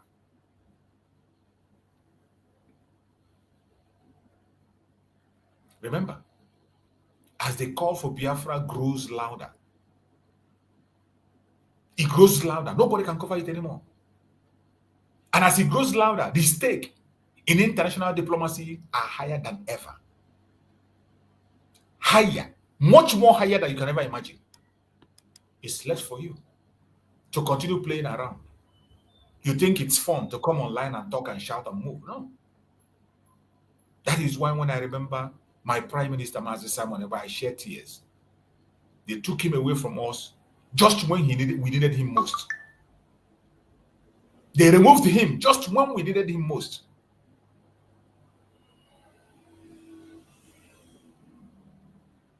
We know what transpired in the past. During the Civil War of 1967 to 1970, the Western powers refused to intervene, even when they could be able to intervene. They had the power to intervene and stop the genocide, but choose oil, geopolitics over human lives. In 1967 to 70, they choose oil, geopolitics over human life. And it is going to happen again. It is already happening again. Look at the case of Mazi Nnamdi. Look at Mazi Simon Ekpa. And I ask you, who are really the allies of Biafra? Who are they? Who are our friends? During the Civil War, UK backed Nigeria militarily, supplied weapons to them. The US largely turned their blind eyes, prioritizing Cold War interests. France showed some sympathy, but never committed fully. History is about repeating itself again. And so many of us are not paying attention. You think it's just to come online and shout and make noise and go. It is much, much, much, much than that. With the current signal we are seeing from the West and their attitude, what do you think? With the current thing you are seeing, do you think you are going to see anything different from what we saw in 1967 to 1970s war? Today, many Western governments talk about diplomacy. They talk about democracy, talk about human rights, talk about freedom. But their actions are cautious. They don't take actions to implement anything. They are in the front line of preaching and talking about democracy, talk about human rights, talk about freedom. But their actions are cautious. Always cautious. You can imagine Mazen Nnamdi, the arbitrary committee of United Nations gave Nigeria 6 months to let him go. Nigeria violated, they refused to listen to them. And there was no punishment for Nigeria. Not even a reprimand, not even a sanction, not even a duakanon, nothing. EU often releases statements, but avoid strong commitment. When anything happens, EU will come and talk, but there will be no commitment whatsoever, no strong commitment. Just like you see in the case of Mazen Nnamdi and Mazen Simon that is going on. Nobody talks. They will just be in distance and be doing their work. And you know, Britain, their big brother, maintain its pro-Nigeria stance due to oil, investment, and historic ties. They maintain their stance with Nigeria. UK will remain pro-Nigeria until their kingdom come. Who are our friends? US voice is concerned. Every time they voice concern, US, they voice is concerned all the time. But act based on counter-terrorism and economic interests. That is how they act in the issue of Nigeria. Anytime they want to come in, they will talk about terrorism, and you see them sponsoring terrorists in the north in the name of giving aid. Every time we see them, they give aid. It is to the northern part of Nigeria. Sponsoring terrorists indirectly. That is what the US have been doing. We have cried and cried about it. Right from the time of Mazen Nnamdi Kanu, Mazen Simon tried to stop them in entering into an deal. They went and signed the first one. Trump suspended it and came now. They are negotiating a new one. So, US voice is concerned, but act based on counter-terrorism and economic interests. Remember, international politics, no permanent friend, only permanent interest. And they are all looking for their interests.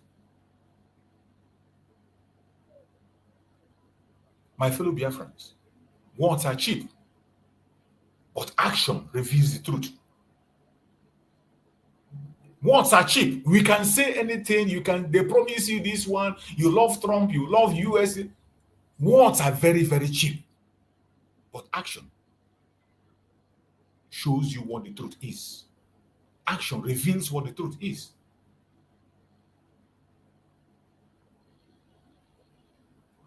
I pray that we don't fall into this trap. The trap of blind trust to the Western world. I pray we don't fall to the trap of this blind trust that I'm seeing. In international relations, there are no permanent friends or enemies, only permanent interest. Always remember that. Always remember that. That is the only way we can. But what I see now is we falling into that trap again and again and again. Trusting nations based on sympathy or promises is dangerous. Trusting nations based on sympathy or promises is very, very dangerous. We need to walk away from that now. Individually, collectively, walk away from it and change our directions. Western powers may use Biafra struggle for their own gain. They have done it before. They will do it again, and they are ready to do it as long as their own interest is protected. The Western powers may use Biafran struggle for their own gain and drop it when it is no longer suit to them. When it suits them, they will pick it up. When it doesn't suit them, they will drop it. We must be very careful. The trap of blind trust. Some of us do not know how serious the journey we are embarking is. You think it ends in coming to social media to talk. It doesn't end there. We are only giving our own points. Those who are in various places of authority, it is left for them to take their decision, do what they have to do. But at this time, I cry for my Prime Minister, Master Simon Ekpa. When we needed him most, they took him away from us. We need to plan for strategic friendship. We need to plan for strategic friendship. Biafra should build alliance based on shared concrete interest. Our alliance should be on base shared on concrete interests. Interests like trade, security, technology, energy. And there are places we can find such interest. Consider both global powers. Not only the West, but also Asia, Africa, South America. We must push for interest-driven partnership. Push for interest-driven partnership. That is only when people will fight for you and fight with their heart. Put everything on the line. Give nations a reason to support Biafra beyond sympathy. What we have today is only sympathy. Most of us, when we come online, we only talk about the sympathetic part. Oh, they killed us 5 million. Oh, they are hurting us. Oh, this sympathy doesn't work for nations of the world. It doesn't work for them. What they care about is interest. What is there? What is in there for them? But the majority of what we are doing today is based on sympathy. We are seeking for sympathy. And I bet you, these world powers, this world we live in, they don't care about your sympathy. You can't get anything through sympathy. You need to show them what is on the table for them. They want to see something you want to offer. There must be something, an interest, before they will do anything. The strong nations of the world respect interest, not emotion. Powerful nations of the world that can make things happen, they respect interest. They don't care about your emotion. You can cry and cry for all I care. Nothing's going to happen. Every one of us should have that in mind. The international community only respects strong and united people. This is why every time I talk about unity of purpose, focus on one thing, let us be united and push forward.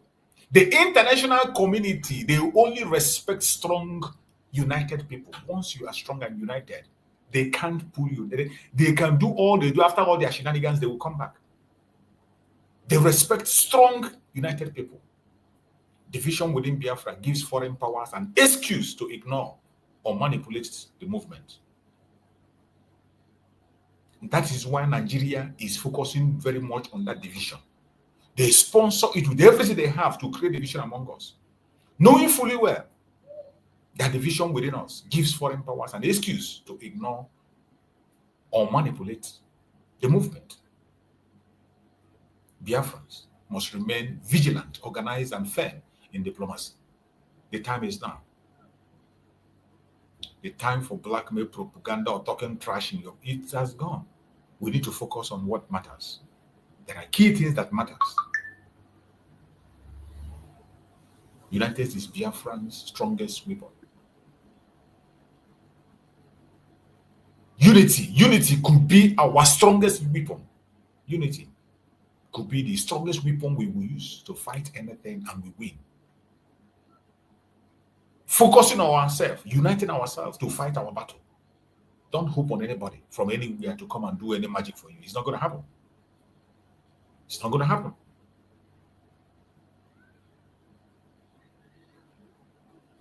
Even if the world betrays us, Biafra must never betray itself. Even if the world betray us, we must not betray ourselves.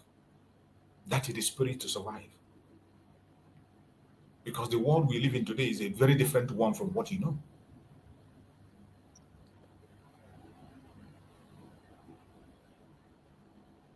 We must stand up and do what we have to do.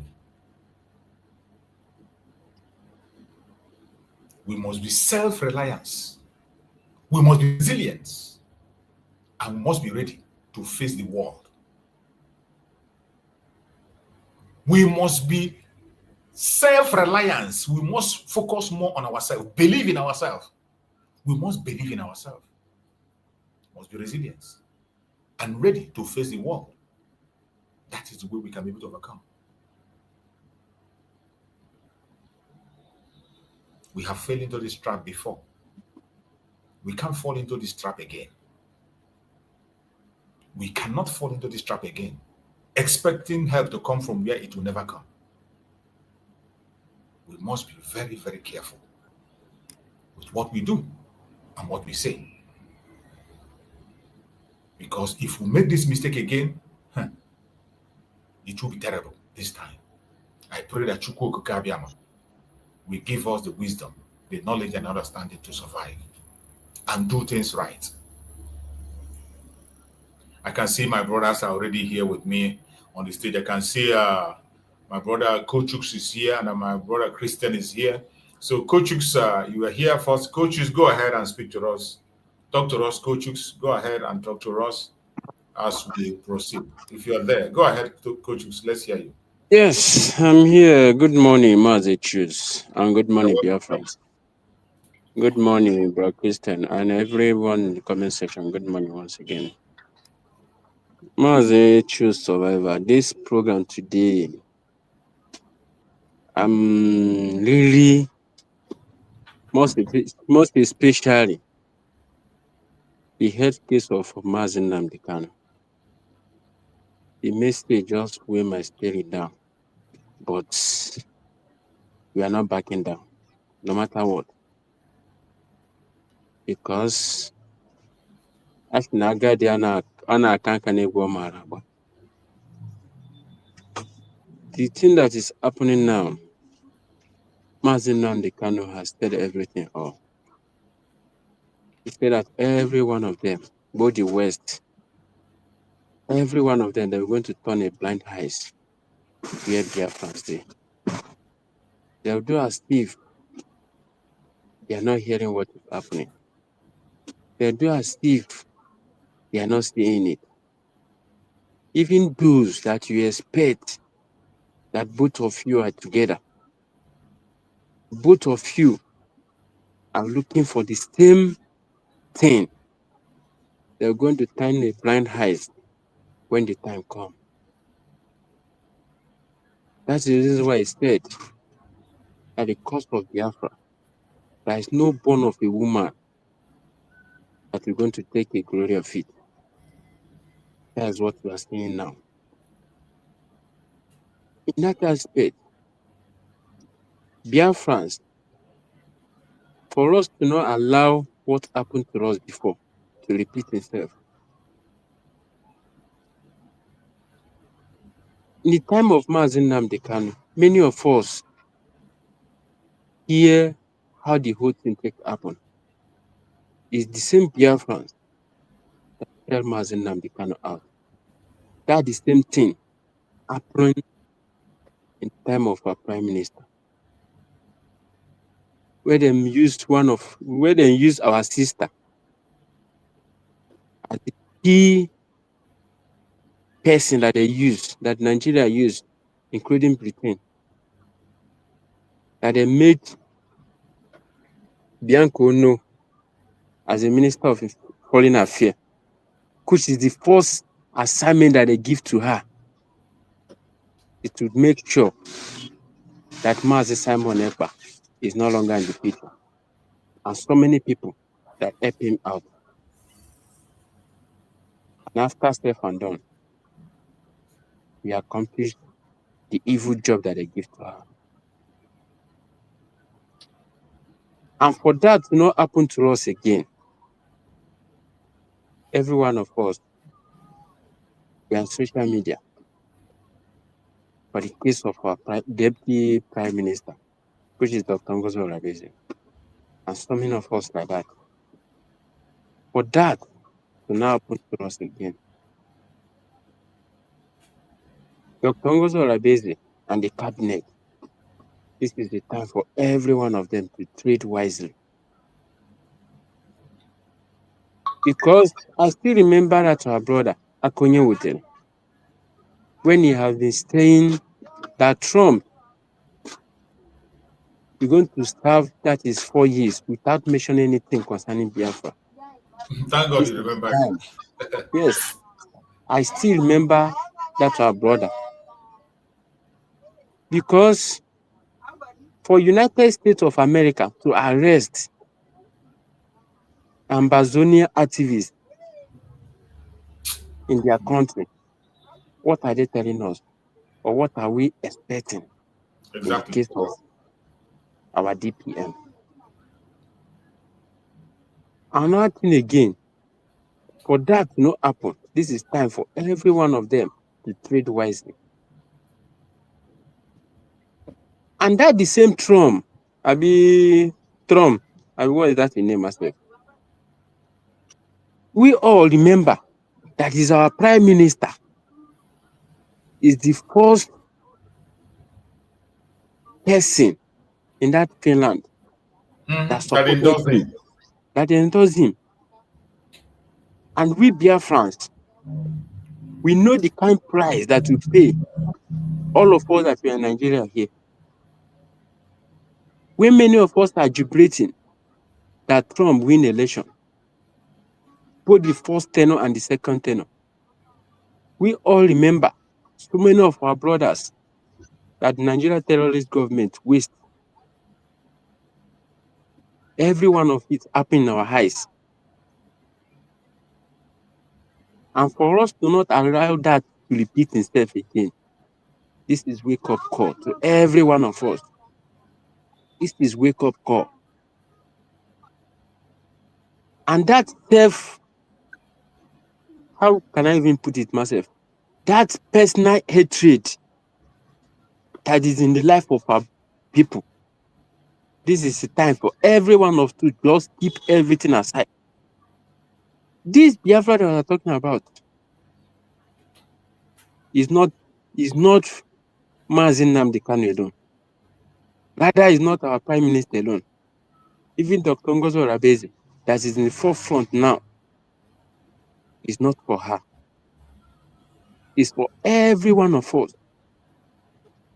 Anybody that is in forefront, we should join our hand to support that person. It's not family affair. That is saying, if it's your own is not there, you are not going to support that person. This is wake-up call for every one of us. Even them using, even British to use Finland to jail our Prime Minister, according to them. For them, Finland to allow themselves to be used in holding our Prime Minister, that is to tell you there is no permanent friend in that West. Because I could remember when Mazi Simon Ekpa is praying, he's singing praises on Finland. Singing their national anthem on our program with their flag, raising their flag beside their Biafran flag. Little do we know that Finland will going to allow themselves to be used. This is the time for us to ask ourselves question. Biafrans, how many times will something happen to we? I get you a Ngano ne kie game I get you a me. I will when you meloniozo we mutako. Because this Ambazonia own, that should be a signal for every one of us in this point of time. What they are looking for now his personal interest. We all still remember when Trump entered, he said America first. We should focus on the United States of Biafra. We should focus on Biafra. We should forget about that hatred that is in the life of our brothers and sisters. We should focus on our freedom. If we expect Nigeria to give us to recognize us before we do necessary things that we're supposed to do, we are wasting our time. Even that America themselves, if you are waiting for them to recognize us before we do the necessary things that we're supposed to do, we are also wasting our time. Biafrans, this is time for us to wake up. We should wake up. The evil governors that is in Southeast, many of them are still preparing for 2027.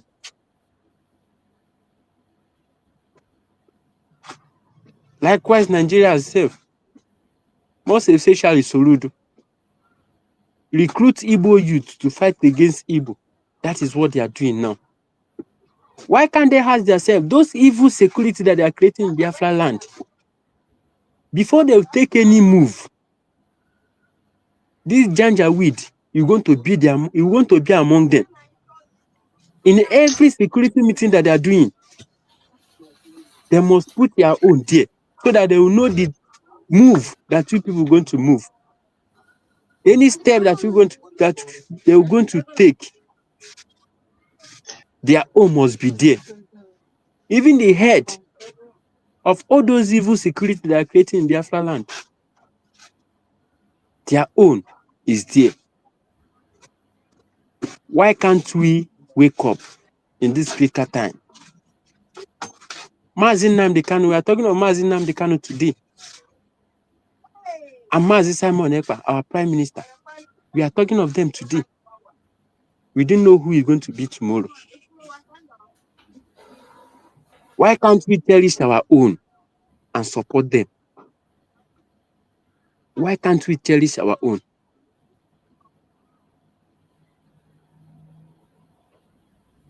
The innocent blood that is wasting in Biafra land every day by day, why can't they remember those innocent blood and realize that Nigeria is not for me and you? This Nigeria that we are talking about is not for me and you. So many of our brothers, even right in their deathbed, the last word they will mention, make sure that Biafra come. Why can't they remember all those words and focus on Biafra cause? They are out there still fighting for one Nigeria. One Nigeria that will not going to do us any good. That continue killing our brothers and sisters.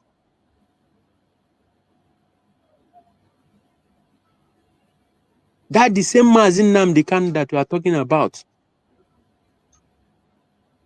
is the one we are talking today. That his health is critical. Why can't Nigeria government, that the same Nigeria that we people are fighting for, why can't them treat him? Why can't they accept how would I even say it myself? Why can't they treat him first? They want him to die in that their DSS dungeon. Is it a dead man that we're going to face trial? My brothers and sisters, this is time for every one of us to wake up. Wake up. Wake up.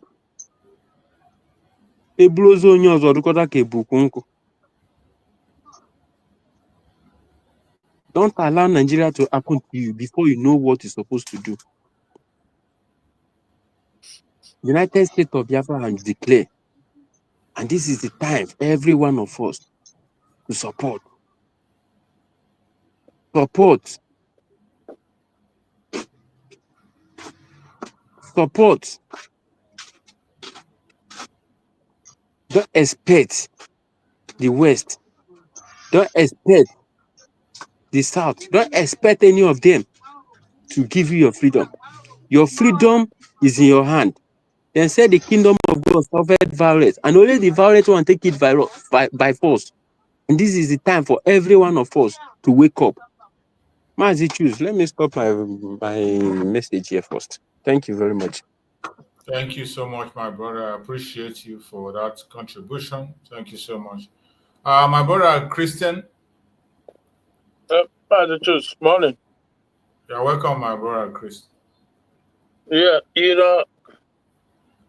I wanted to actually I was just like trying to rush into bathroom and I heard what you said. So then I was thinking sometimes when they so I don't know if you'd have been finished. Therefore I suspended it and Yeah. I heard you saying something like Amazonian activist being arrested. So, so I was curious. Is it a recent development, and on what ground? Do you have any idea why? Very, very recent. It's not a very recent development. It's not something that happened within. I think it's last week or so. Okay, but you don't know. Is it related to the freedom struggle they are going through? You don't know that. Of course, it has everything to do with the agitation. It has everything to do with it. Are they accusing him of terrorism also, or anything you don't know? Likely, they will accuse him of terrorism because I think he's the defense minister, so Ambassador defense minister. Oh, okay. While I asked, why I can't even speak English this one. While I'm asking this question is because I know that yes, okay, we understand how the Western world, how they roll in their game, but at the same time, it's also good to know that if one is being apprehended, for what reason, every apprehension or every arrest can possibly amount to that. Sometimes it could, of course, but we also have to put things in context because we don't know if that is the reason. But if that is the case, if that is what he was arrested for, because the other one, Cho, is also in Norway. Now, the thing is that it's hard to say much when you don't know the full details, but it's not even an early arrest. Do you know that the US is giving Cameroon a professional training? They're training their soldiers to fight against Ambazonians. Yeah, I know. I'm coming to that. But the thing is that, yes, just like you said earlier, of course, we have to take every precaution and be watchful, but we can't panic. We don't have to, that panic button, we don't have to press it. Why? Because our freedom, the freedom of Biafrans is not in the hand of any one individual, is not in the hand of any one country. Now, that is not to say that the USB or whoever or whichever group is pushing or at the forefront will not continue to do what they are doing or what they have to do in terms of lobbying, in terms of reaching out for cooperation and understanding. Now, but it's important. It's important that we know that. I believe we know that our freedom is in our own hand, no matter what they do, right? So there's just that one area in particular that we don't have to press the panic button. And because we also understand part of their tactics that when they do certain things, people will become scared and run into their shell. Then you'll be scared not to talk about Biafra because you'll be apprehended. We waste. No. That is not going to happen. Now, again, like you also said, we know that this Western world, when they talk about human right or freedom of all sort of whatever democracy, they know it's just they are just pure lip service. These things are pure in reality they don't practice it. So But we still have to continue to push for our freedom because they don't wish us well. If anybody who doesn't know that, I feel sorry for you because it's a known fact that they don't wish us well. Absolutely not. Not the ones that are, including the ones who are even an independent country like Burkina Faso and the rest of them. You can clearly see that they still want to drag them back into that imperialist, if you call vehicle, because they're trying to get away, but they want to pull them back, including the American government. They're all trying to bring them back into the fold. It's like picking one day for house. It won't run, go out. They pull and make it come back home. So that's how they see it. That's how they see Africa. No doubt about that. But yeah, I understand every precaution has to be taken, but there's no cause for alarm. The Ambazonian, they are doing their thing. If the man is apprehended because maybe Cameroon is having deal with the U.S. government, we know that they are all looking out for natural resources and their deal from countries, especially given the situation of the global society as it is now. There's so much Obayara all over the place. So it's a funny stage or funny time in the entire globe, So we just have to, my own is that we just have to continue to push. While we watch, we'll just have to continue to do what we are doing because they themselves, they are not having it easy, and it's going to continue. So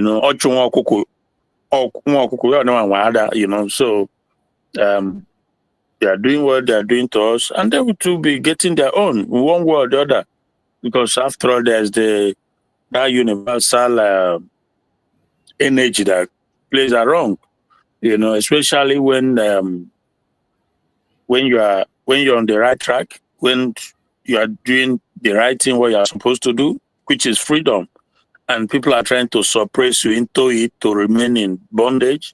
So obviously you're on the right side of the law and history, and so that's exactly as well. I'm surprised that when especially this current U.S. administration is, I don't know, but we see. So Biafra struggle is well known for the most part because a civil war was fought over it, and millions. That is one of the problems we are having. Most of us focusing on sympathy. That is why I did this program, for us to focus more on interest. Focus more on interest. People that have similar interest with us. If we continue to push this sympathy, the world don't care about the sympathy.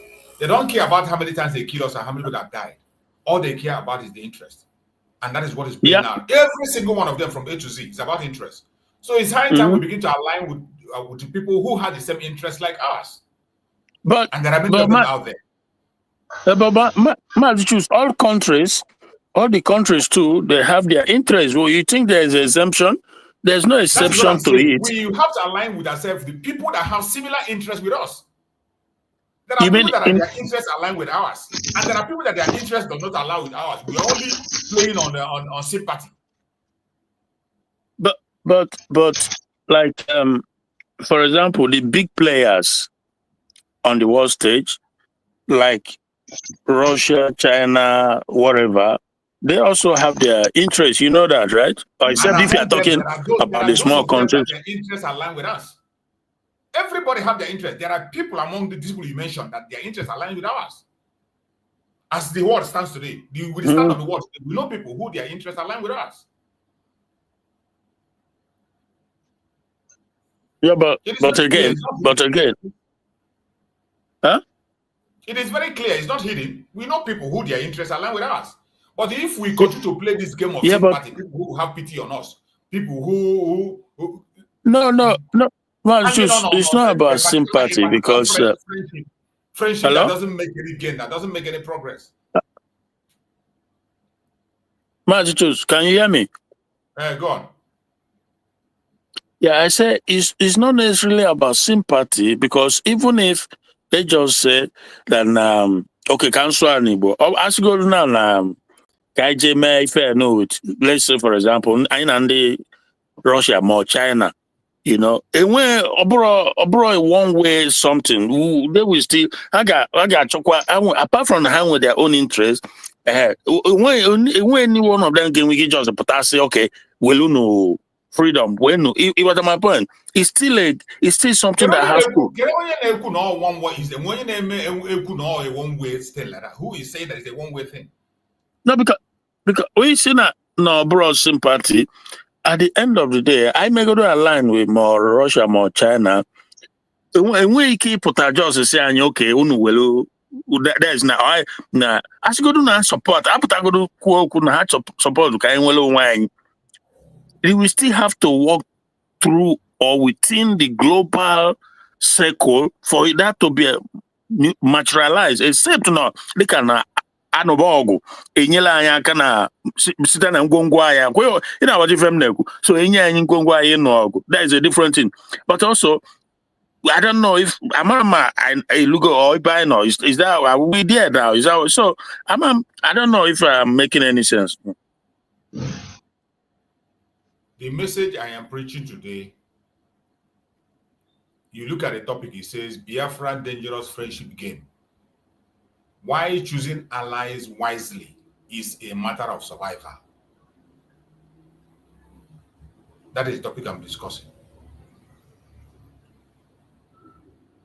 We have to begin to rethink on how to make friends, who will make our friends. Choose friends that have similar interests like us, not just based on sympathy. Everything is a process. You have to lay a foundation and start from that foundation, and things will begin to happen. Judging from what we are seeing now, the new colonial system that is in this in Africa today, now you see different things that is happening. It is all about interest. Every European, every Western country is seeking for interest in Africa. But among them, there are some of them that their interests are aligned with us. And there are some of them we can use to trigger an interest towards ourselves. But if we just fold our hand and be waiting for Messiah to come from heaven and earth, or for sympathy to come out, no. Well, you want point because first of all, if I went, with the whole push about the lobbyists. Now, lobbyists, how are we sure that the lobbyists and when they link to the right source? That is another thing. So, because I heard you say that ambassadors, they have lobbyists, stuff like that. But if you pay people some huge sum in the name of lobbyist firm, but they won't access to the right source to make a difference. So that could be another thing. So, but I guess you are right. So, if we can shift effort towards nations that will be able to have access to their direct power. Overall lobby, some guys, Elias and those ones there, we will go Etienne about all over them, but I want if nothing tangible happening. So I think in that aspect, yeah, maybe looking at that direction, you have make contact with nations that you'll be able to link up with the people who can give you that support in share, because obviously I'm with lobbyists in America for years and years and years, but the effect we are not seeing the impact. Even when Nnamdi Kanu was around, he had lobbyists. We had so much. I know but when you find for nothing substantial. So it simply means that either maybe they're genuine or not, I don't know. But again, we're having a dialogue, and yeah, that is the situation, my brother. Let's hear from our brother Kingsley. Kingsley, but Isaac has been there calling for attention. Let's hear from Kingsley. Are you there, Kingsley? Unmute yourself.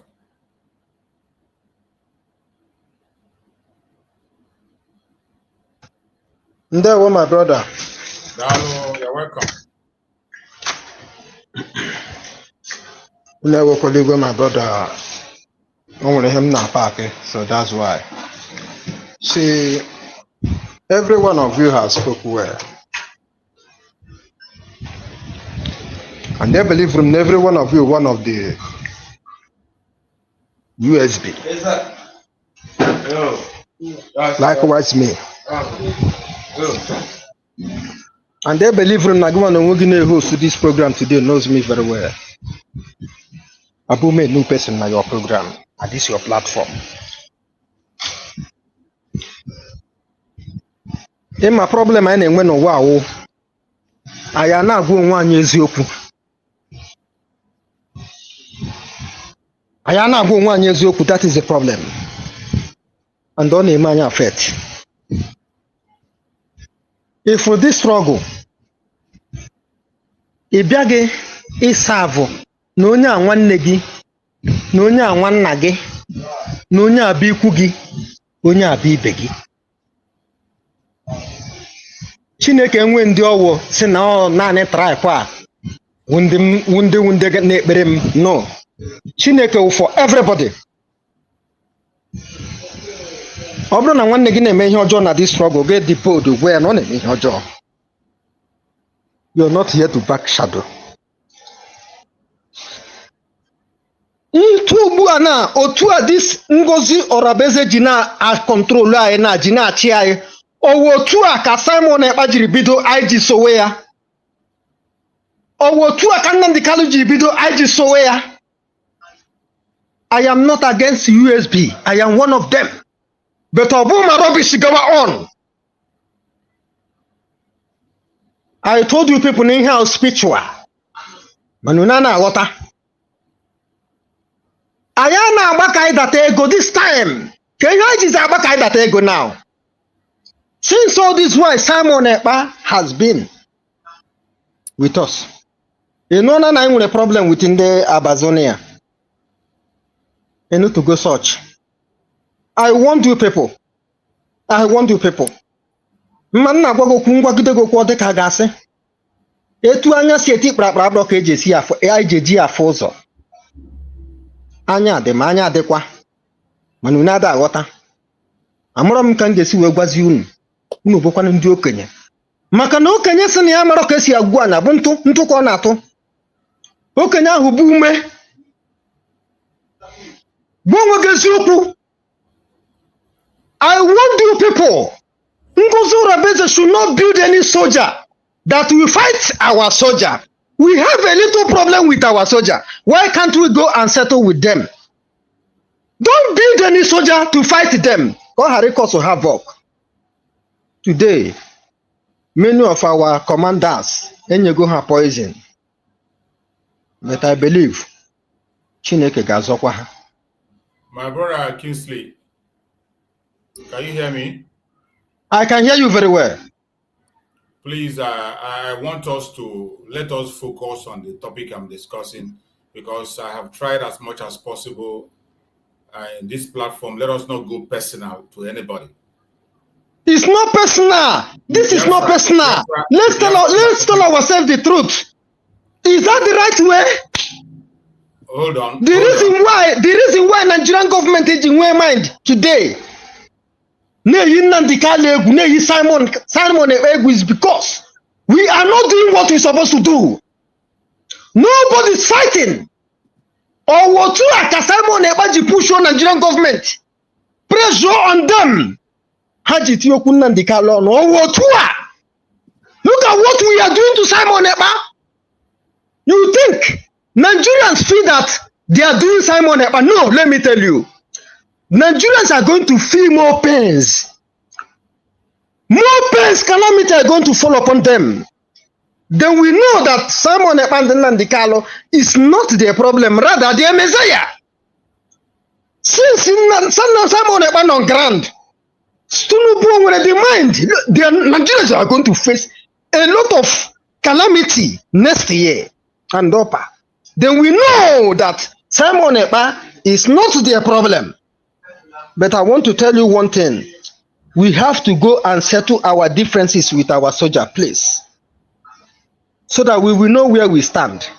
These soldiers are a big deal behind. I don't trust them. These soldiers now that in our also have work now with Amazonia. That is not the kind of soldiers we build. Please, we are not telling ourselves the truth. Thank you. It like I give block one, no problem. No. That is how it is. No. My brother Gisley is the also like on block. And my block will go based on what? I don't have to block you. I don't have to that is how Kelena do, because I told him the truth. He blocked me and I don't care. Hold on. I don't block you. You started very well when you made mention of the issue of Biafra. That in Biafra, you are not fighting for Biafra for anybody. It is not for anybody. We don't come here to promote anybody. And I say it every time in my platform. My platform is not to promote an individual, but to promote Biafra itself. I'm not part of any division, and I'm not part of any group that will divide anything. What I'm advocating for is the unity of Biafra.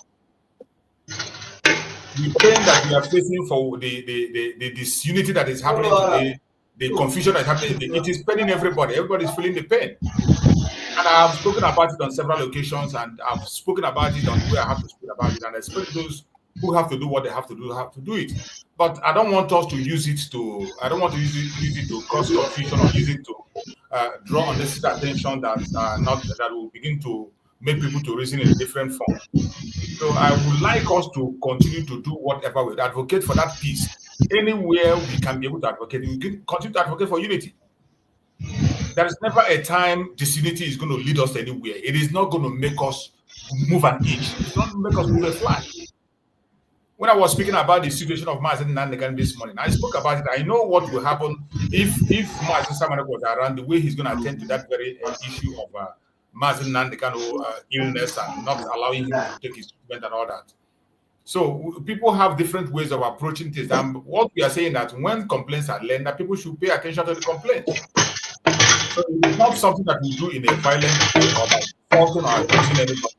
Once you have an argument or a point to make, you make your point, and everybody will take the point home and think towards it. It is not something that we fight over.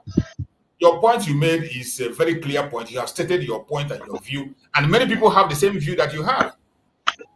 But it's not something that we take as if we are quarreling or fighting. After talking now, you say I should go and block you. I'm blocking you for what? I don't block people on my platform.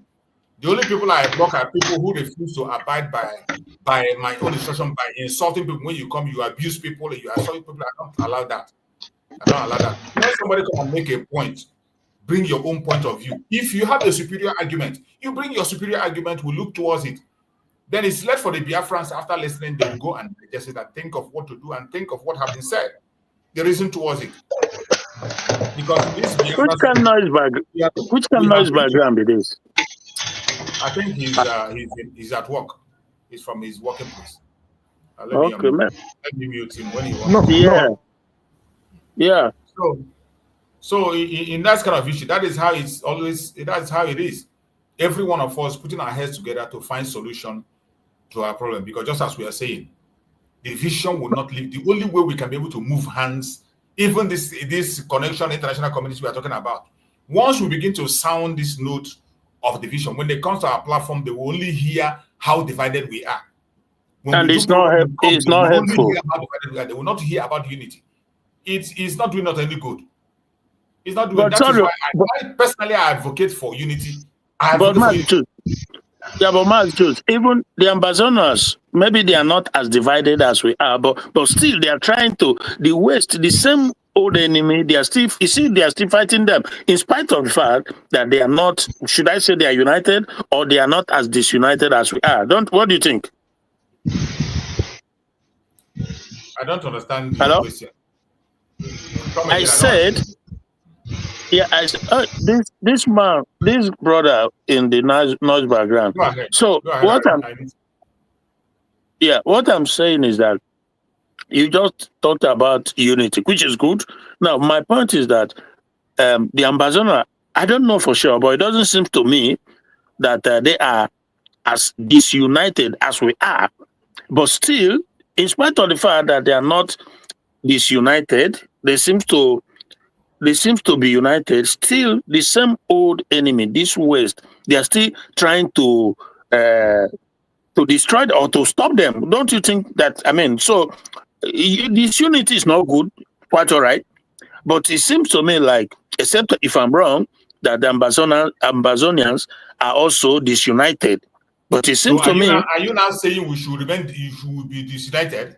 No. That is not what I'm saying. What I'm saying is that, therefore, it cannot be an excuse for why these people are doing what they are doing to us. That because we are disunited. Therefore, that is why they are not doing the right thing. Because, for example, Finland is doing what they are doing with Simon Ekpa and the rest of them. But Norway is also doing the same thing to this guy from the one they are holding and the one you just said in America, and yet they are not disunited. Now, that is not to say that we should remain disunited, but I'm just saying that it cannot be an excuse, because the main reason is that they don't want to see none of us do better. That's my point. If you understand what I mean. For me, we need to do our own part of it. Let us just do our own and forget about whatever. Let us my dear brother, clear our own my house, dear keep brother. our own house clean. Once we keep our own house clean, whatever they do, that is their business. Look at when you come about the issue of this Amazonia, even Russia is weighing in their own case.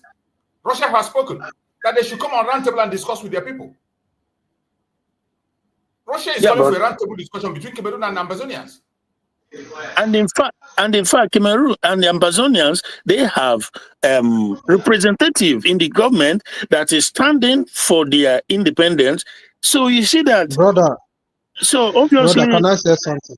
Yeah, okay. Hold on, let him finish. Well, Mazichus, it's you. I wanted to ask you a question, which again, you don't have to answer if you don't want to answer. But let me just put it this way. Now, the USB. Maybe they are doing something, or maybe they are making mistake, which is normal too, to an extent, because nobody is infallible, nobody is perfect, anybody can make mistake. But do you think in your heart of heart that they are genuine? That is the USB. Do you think, or do you think that they are sabotaging, or that maybe they're just making normal mistake that through the measures they are taking, which anybody can make mistake? So do you think that they are not genuine? What do you think? I don't have an answer to that very question. Exactly. I can answer it. Can I come in? Can I come in? I can answer it. Wait, brother. You don't mind to choose. So that is the question. Because, no matter how difficult it is, whatever is in my mind, I will say it and I want to hear. But if you don't have an answer, it's understandable. So thank you. Okay, brother, talk. Okay, my brother. I hope every one of you can hear me. Yeah, that question, Ejiro, now, personally, me, I can answer it. Ngozo Rabeze is not working with Nigerian government. But on a build, I mean, I fight our soldiers. Simple and short. So and she is, excuse me, brother, I'm coming. And she's afraid. She's not ready to fight Nigerian government. You see, my brother. Are they ready? That is just the truth. Hold on. Are they ready to fight Nigerian government? Let her give way. She's part of our problem. This is the problem. She doesn't want to make peace with our soldiers. Take it easy, brother. When you speak, you make a point, then you allow people to respond. When you say when you say that she's building an army to fight, that is fighting our soldiers, that is just the truth. You cannot understand it. When you say I am telling you the truth. Listen, do you have any proof to show that she's building? My dear brother, that is the truth. Why would you refuse? You not just come out and say that is the truth. Do you have any evidence that proves? I know you cannot believe me. I know you cannot believe me, but that is true. Are you on the ground? Attitude only. Her attitude. Excuse me. Her attitude. Kwesiri prove giniya na kwa gina eziokwu. Can you refuse to go and make peace with them? Listen. Upon all we have been saying this early. Based on what you are saying now, you are basing your judgment for the fact that she has refused to go and make peace with the Liberation Army. It means that she's fighting against them. That is where you base your judgment. She said it openly that she's not ready to work with them. But my question, brother, wait, take it easy. The question I ask is she genuine? There's difference between genuine or just pretending to want to achieve Biafra, or just playing, just insincere. That's my core question. Because listen. Okay. The answer is this. Onya, this woman, she's afraid to fight Nigerian government. Not that she collected money from Nigerian government. Maybe there's a reason. Because you cannot. The reason is this: she doesn't want to bear that name, terrorist. Yeah, she's afraid because of what the Nigerian government did to Simon Ekpa with Finland. That is the reason why she's afraid. If you people doesn't want to understand, this is the reason why she's afraid. She's just playing all this game. She's just pretending to us. I know that I didn't go to school to her level, but she knows that I know what she doesn't know. Believe me. No.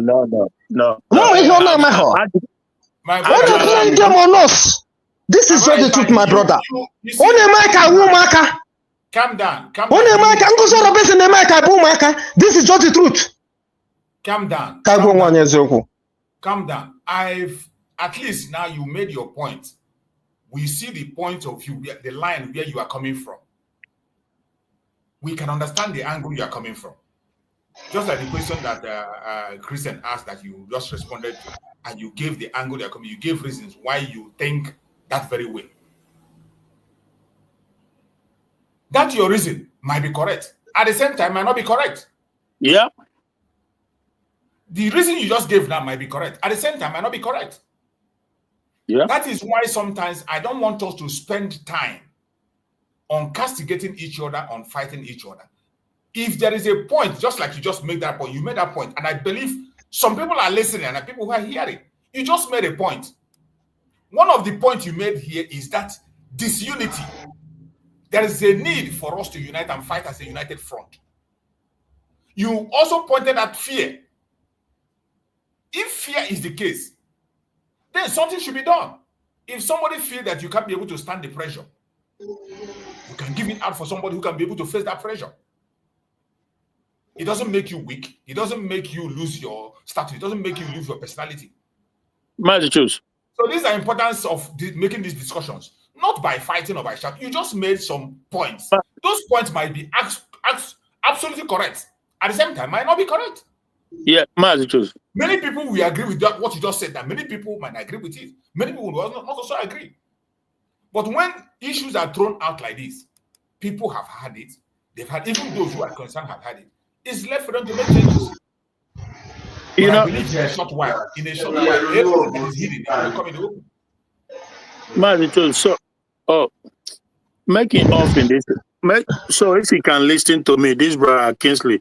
So the thing is, the question that I asked was very pointed, and that is that if USB is not a hindrance or sabotage, that is very key.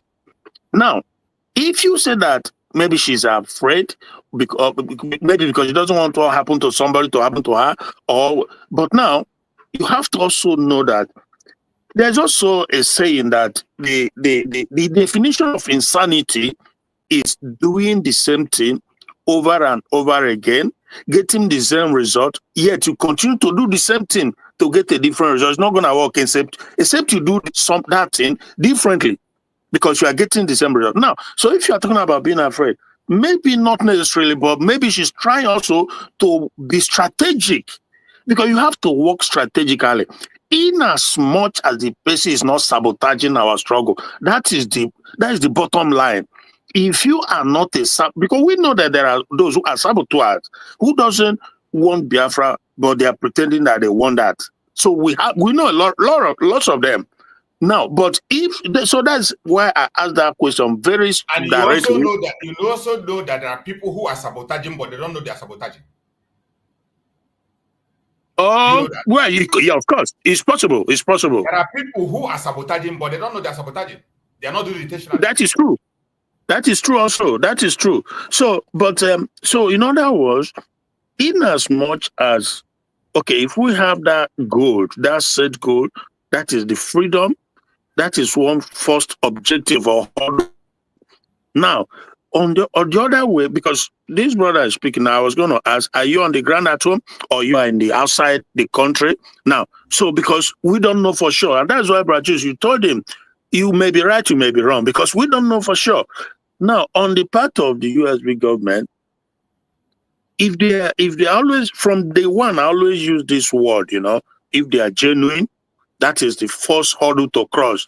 Now, the strategic steps to take may not be clear to everybody. Someone may not like their approach or the way they are going about it, but they may not go the way you want them to go.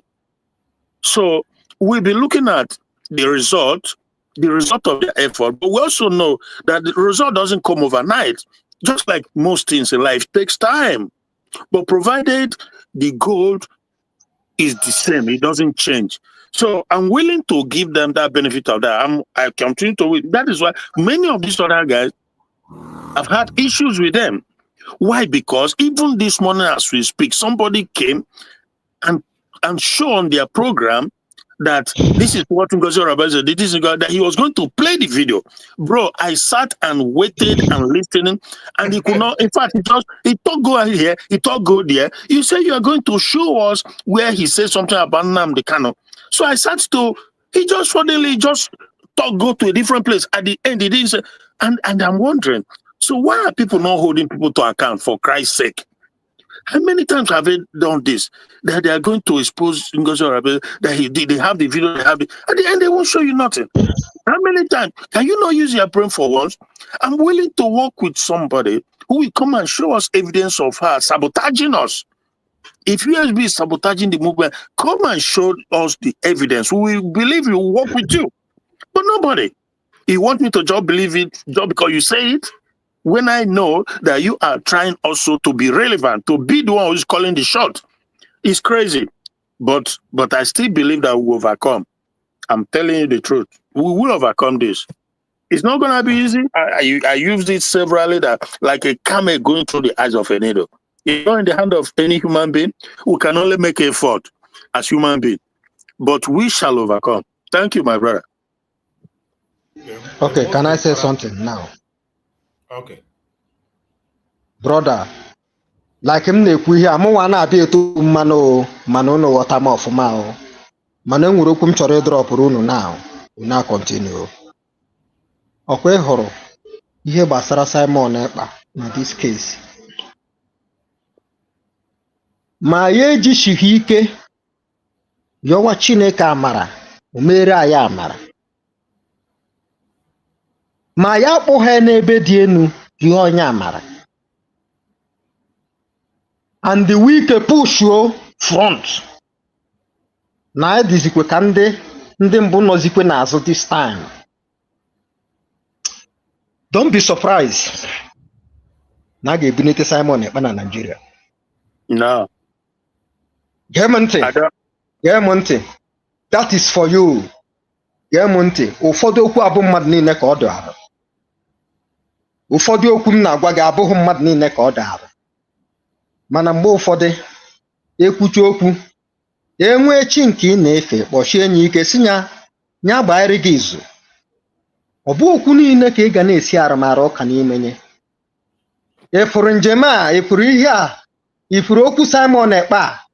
Nsị gị na anyị ga-ayọ Chineke n'ebe dị enu. Kpagharịa agwa. Kwanye ọkụ. Wunye ya ma fuel, wunye ya ma gas. Ma ọ bụghị ya, ọ bụkwaghị ihe eji mgbisi ede. N'ọwa osisi na ụda anyị ji ga-akpụtara anyị efi ka ndụ owu anya na. Mụ na-agbahụ mbọ, mụ na-ewetughị owu anyị n'ala mụ na-ewepụ ihe anyị wetagoro ne epi anyị kpụtagoro ne bụ ife na-agba ịgba na ya anyị n'ọsọ ọ gbafara n'ọgbụ unu a na-ekiri onye bara nzu unu ndụ ka unu gbasiri nkịta na-egbunye esem niile eje na be Trump esem niile eje n'ebe nwa ọ bụkwa anyị ga-akpali ndị ụwa bịa nụrụ ọnụ anyị ọ bụ anyị ga-emeta ife Nigerian gọọmenti ga-eji aka ha je kpọwa ndị ụwa na ọ bụ ha anyị ga-akpọ ndị ụwa dụnụwa na ọ bụ Nigerian gọọmenti ga-eji aka ha je kpọọ ndị ụwa na anyị na-emebisi ipe na ọ bụ anyị ga-eje bekwu ndị ụwa mana ya da na ipe ihe abụghị ife anyị ga-edete na mkpechi na ọ bụ ife anyị ga-akụta n'ọkpọ. Even at the last day, some of us will pay with our blood to save our life, to inherit kingdom of God. Nwa dibịa ga-anakwa enigwe, ụfọdụ ndị dibịa ga na enigwe, ụfọdụ ndị dibịa ga-anakwa ọkụ mmụọ, ụfọdụ ndị pastọ ga-anakwa enigwe, ụfọdụ ndị pastọ ga-anakwa ọkụ mmụọ, believe it or not. Esi na arụmarụ ka nna m onwekwu oge nsị ga-esi na arụmarụ ka beti make sure na ihe ị na-ekwu doro gị anya. Ndewo, I'm out. Thank you. Bye-bye. Thank you. So, my fellow Biafrans,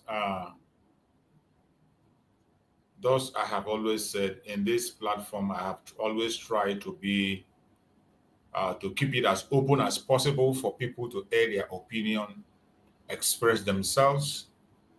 I always announce it that if we have a superior argument, you bring it on, we'll look at it. After you speak, Biafran people, it's left for them to go home and digest what you have just said. On my own side, I just wish that people who are concerned will be listening and they'll be taking note.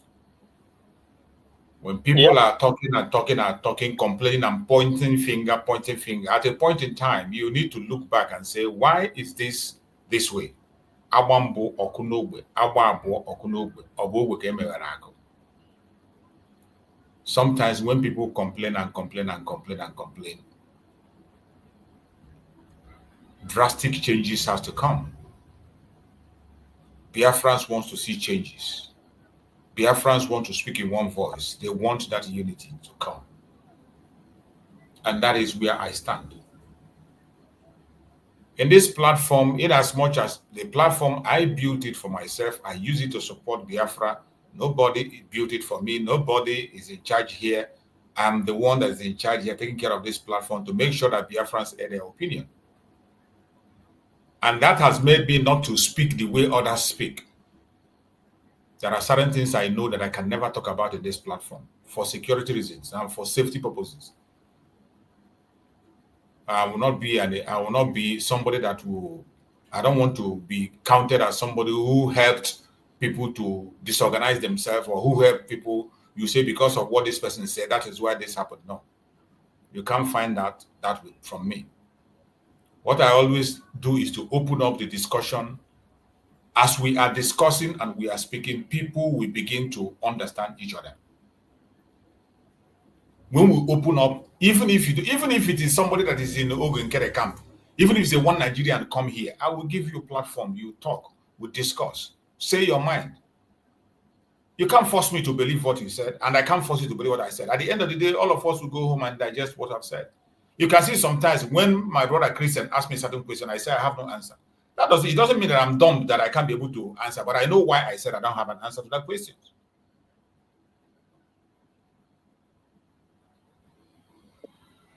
And it is not mandatory that you must respond to every answer. Even when I ask you, it's not mandatory that you must respond to everything. Exactly. Even when somebody comes here to say something, it's not compulsory that you must say something.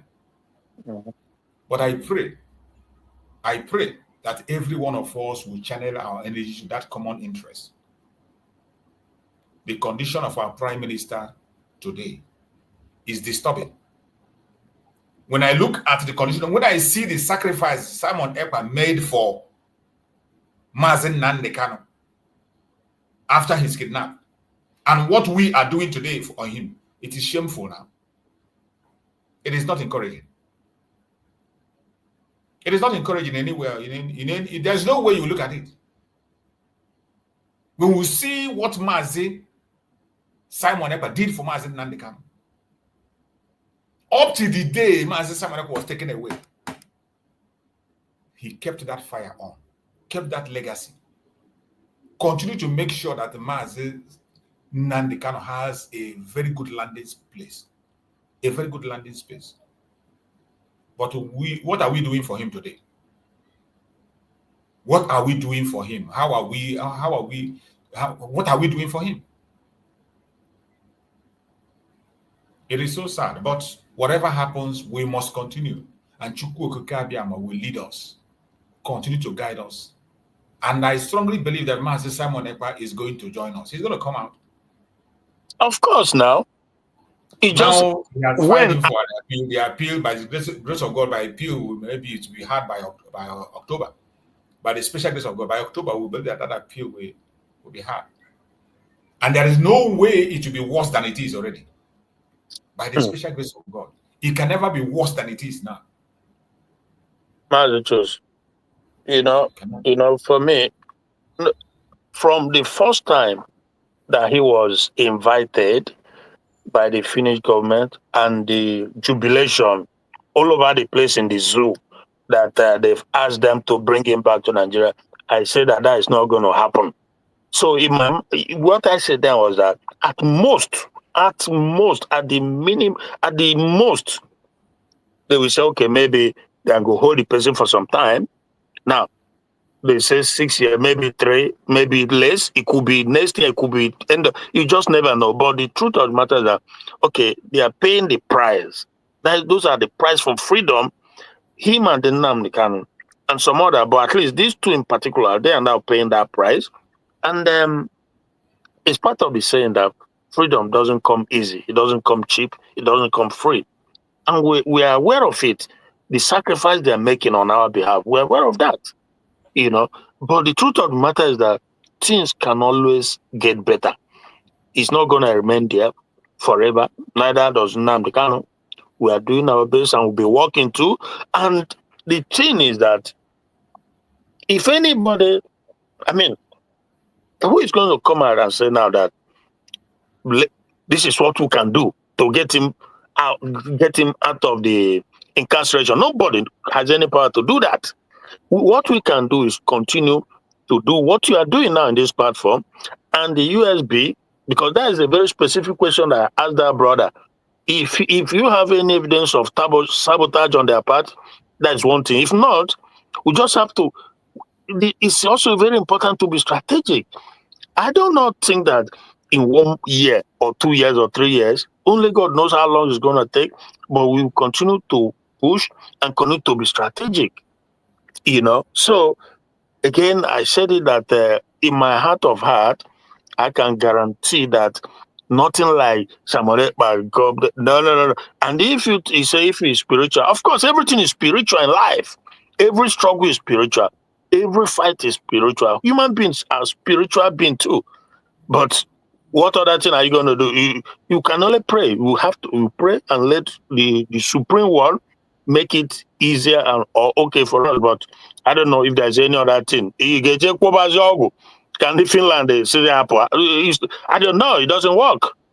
Absolutely not. Yeah, because Obasanjo, I remember back then when South Africa, I was very young, when South Africa was fighting apartheid, Obasanjo came and told Nigerian people, I think he said Africa, they should use juju to go and fight for the freedom of South Africa. He said it.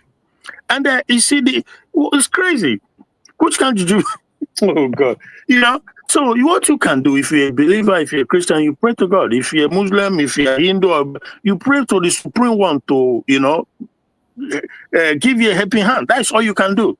So you go sit down with some guy somewhere, say they do juju. Well, what you want to do, fine, go and do it. But I don't do any of those. I simply don't. I know that the creation of Nigeria is deeply, deeply rooted in spiritual darkness and wickedness in a high place. I have no doubt about that.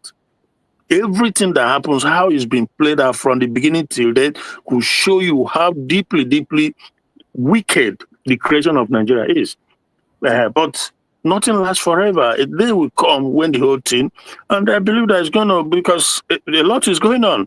A lot is going on. But the primary things that we have to continue doing what we are doing. The USB will continue doing what they are doing, while the zoo will continue to implode from the inside. Because Tinubu and his people, they're also playing games. Trying to use people's head. So obviously, he is one of the people responsible for what is happening and in Ali but Tinubu, So, and at the same time, they want to benefit from their wrath, from their evil, But we have no choice but to keep doing what we are doing, and the USB government continue to put in their best, and things will continue to unfold. Nigeria is not a happy place to be. It's not a viable place to. It's not a country that can be. It's not sustainable. These are facts, and as a result, it's going to just continue slowly but surely to disintegrate from the inside. So obviously, I've asked a very, very vital question that I've always wanted to. So in as much as they are in for it, for that primary objective, we just have to continue to pray and help however we can. And with time, the issue of the lobbyist, I can't say that we've had much success. I can't really say there has been much success, but all is not lost. All hope is not lost yet. So obviously, we understand the interest of nations. That is always the problem, and the gang ups also among people who came together and describe themselves as Western world. For them, it's all about making sure that they don't have rival. They hate rivalry. So that's why they always conspire to, come together to make sure if you are rising, they pull you down. It is what it is. But you who wants to rise, you don't have to give up. You have to keep fighting, because if you stop, then you are finished. So that is the situation, my brother. Thank you so much. Thank you, my brother Christian. Thank you so much for your submission, and that will bring us to the end of the program. We are going to be rounding up now, so that I can get some rest and hopefully come back again towards evening time. So everyone that is watching on this program, our main purpose of coming here is not to insult anybody, not to downgrade anybody, not to cajole anybody, not to speak ill of anybody. What we are doing here is to share views. And each time when we come here, the ground is open for everybody. It doesn't matter what you believe. It doesn't matter. No need for you to carry it in your heart and be running around with it. You throw the information out here. People will look into it. Biafrans will digest it, whether good or bad. We will get to listen to it and see to it. The only responsibility I know that we all have is to make sure we continue to propagate the cause of Biafra. We will never, ever back down. They want to create fear in us. We must not be afraid. Like the topic of today says, Biafra dangerous friendship game. Why choosing allies wisely is a matter of survival. We must know how we choose our friends. Sympathy alone cannot take us anywhere. The world that we live in today is about interest. It's about interest. And the attitude of United States towards Amazonia calls for concern. Calls for a great concern. Amazonia has gone even very far they are present in the US. They have gone very, very far and very, very loud. But for the fact that the United States, even with all that, are still reluctant in speaking with strength. Instead, it is Russia that is speaking and calling for a roundtable discussion. Russia is calling for the government to go to the root cause of the problem, that everybody should go back to the root cause of the problem and solve the problem once and for all. But the people who they are hoping on that they're going to do changes or are the ones who are bent on keeping silent. Likewise, in the issue of Nigeria. The issue of Nigeria, their interest is also there. they protect their interests. Just the same way during the Civil War, they turned a blind eye pretending they don't know what is happening. They did nothing during the Civil War. It's all about interest. Even till tomorrow, that same interest, they still have that interest in Nigeria. It's unbelievable that a man who stopped the selling of weapons came back and now approved it and equally making a new deal. So it's about interest all the time. And we need to understand there is no permanent friend. Because one thing with us, Biafra, is that when we love stupidly. When we love people, we love with all our hair, we love with our ears, everything in us. And people are taking advantage of us because of that. And most times we make mistakes. Go ahead. Yeah, you know that is the situation that we face in the world currently. It might change in the future because everything is subject to a change, you know, but at least till this moment, America still remains the preeminent power in the world. Russia has called for the Ambazonians to have a roundtable. If United States has called for that with Ambazonia, do you know that it will be a different thing? If America called today for Ambazonia and the Cameroon to go and have a talk, Cameroon government, they will panic because they know what will follow if they don't do it. Now, so that is to show you that truly, you know, power pass power still in terms of this global game. So, and another thing is that if they have not done that, you cannot be in their country and be, you know, trying to do a different thing. That is risky. It will be like going against the grain.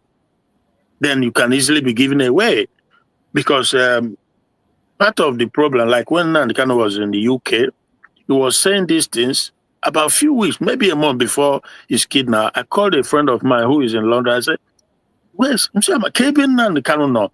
Or Israel or London? Some not London, but Niano that na no Kenya, whatever." So my investigation, some not London.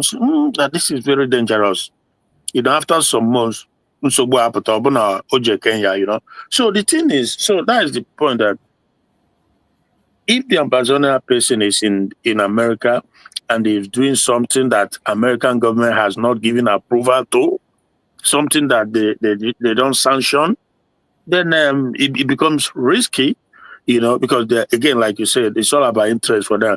But if they have come to the point where they make that pronouncement to the Nigerian government or the Cameroonian government, go and sit down, have a talk with these people because they are fighting for their legitimate right, you know, then it's a different thing. The game changed. So that's just the few points I want to make that we continue while we don't, our hope is not in anybody or country or whatever. So, but it's important to know that even if Russia or China asks the government to do this or do that, the government, sometimes they tend to ignore it. But if America does, you cannot ignore it because you know what's coming. If you ignore it, you know something is coming. So that is the thing. But Udodi, for USB, we'll continue, of course, to pray for them. And I know that as they are going, maybe, again, they are going strategically. And that's just all I can say for now, my brother. So thank you. Okay, thank you so much.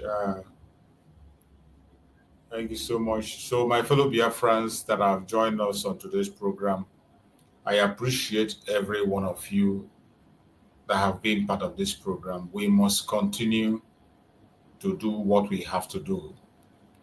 We must continue to make sure we choose wisely those who are our friends. We must have to continue to choose those whose interest aligns with our own interest. We know there is a global game that is being played now. A new global game is going on in Africa as we speak. The battle for Africa, the second time is happening. Yeah. Everybody is battling to end ground. So it's also an opportunity for you to make a choice where you belong. So what is the essence of being with somebody who cannot defend you or speak on your behalf? You rather align with somebody who can fight for you and be on your side. Because we know that among those global powers, no matter the power that the US possesses, there are some people that when they are on the ground, even US don't dare. They don't dare go in. They have challenged US on several areas and in several areas. Once they are on the ground, nothing is happening. They won't do anything. So that is how it works. Once there are some people that when they come into the matter fully, you will be forced to discuss. You'll be forced to discuss. In as much there will be damages on both sides, then you'll be forced to come to the round table. And that is where the whole issue is going in Africa today. The battle for the ground of Africa is ongoing. That's why we must have to prepare ourselves and prepare ourselves very well and have it at the back of our mind that there is no permanent friend and there is no permanent enemy. It is all about the interest. Wherever our interest is covered, that is where we will go. That is where we will support. We have blindly supported so many people in the past, but they disappointed us. We blindly promoted so many people. We clap and promote and shout. At the end of the day, nothing comes out of it. Nothing comes out of it. Just imagine the case of Nnamdi Kanu. United Nations Arbitrary Committee gave Nigeria 6 months to release Nnamdi Kanu. That 6 months expired. Today we are in 5 years. No sanction, not even a sanction. Instead, all those countries, they are busy strengthening their bilateral relationship with Nigeria. They don't even care. They don't want to know. No, they don't even mention it at all. Look at the man now who is coming to court to face his judgment on October. Come on to allow Nnamdi Kanu to go to a national hospital in Abuja and treat himself. He's not crying to be flown abroad. Though. The same Nigeria that fly criminals abroad, fly fraudsters abroad for treatment. Nnamdi Kanu wants to get treated properly. Abuja National Hospital. They said no. Nigeria wrote petition against it and said they don't want him to go there. And everybody is quiet. Or there's a Igbo is silent. Politicians are quiet. Yeah. Some of them will say, some will come and say, if Nnamdi cannot die, if anything, okay, you're waiting for him to die, right? You're waiting for him to die. Even if he dies, what will you do? What are you going to do? That's the most idiotic thing I hear from some people. Say, oh, if Nnamdi cannot die, if he dies, okay, you're waiting for him to die. You're waiting for him to die. If he dies, what are you going to do? What will you do? And that is Tinubu, the Yoruba, that is their administration of doing this. And then the same people are plotting against the perpetual emasculation of Igbo. And tomorrow, they will also tell you leave their Lagos. And the same tomorrow, he will come soliciting for your vote to remain in power. So you see how the whole game is, how everything lines up. The same enemy trying to finish you is the same one will come and ask you to support him to finish you further. So our people have to begin to use their brain, So you cannot, these people they're not our friend. So don't even give them the power to go further. Tinubu is not a friend of Igbo. Forget whether he put somebody for one position or whatever. He's not. He's one of the grievous haters of Igbo, full of envy and wickedness and jealousy. So we have to keep that in mind because they fly people to go abroad for treatment. This one is just within the country there, and they will not allow it.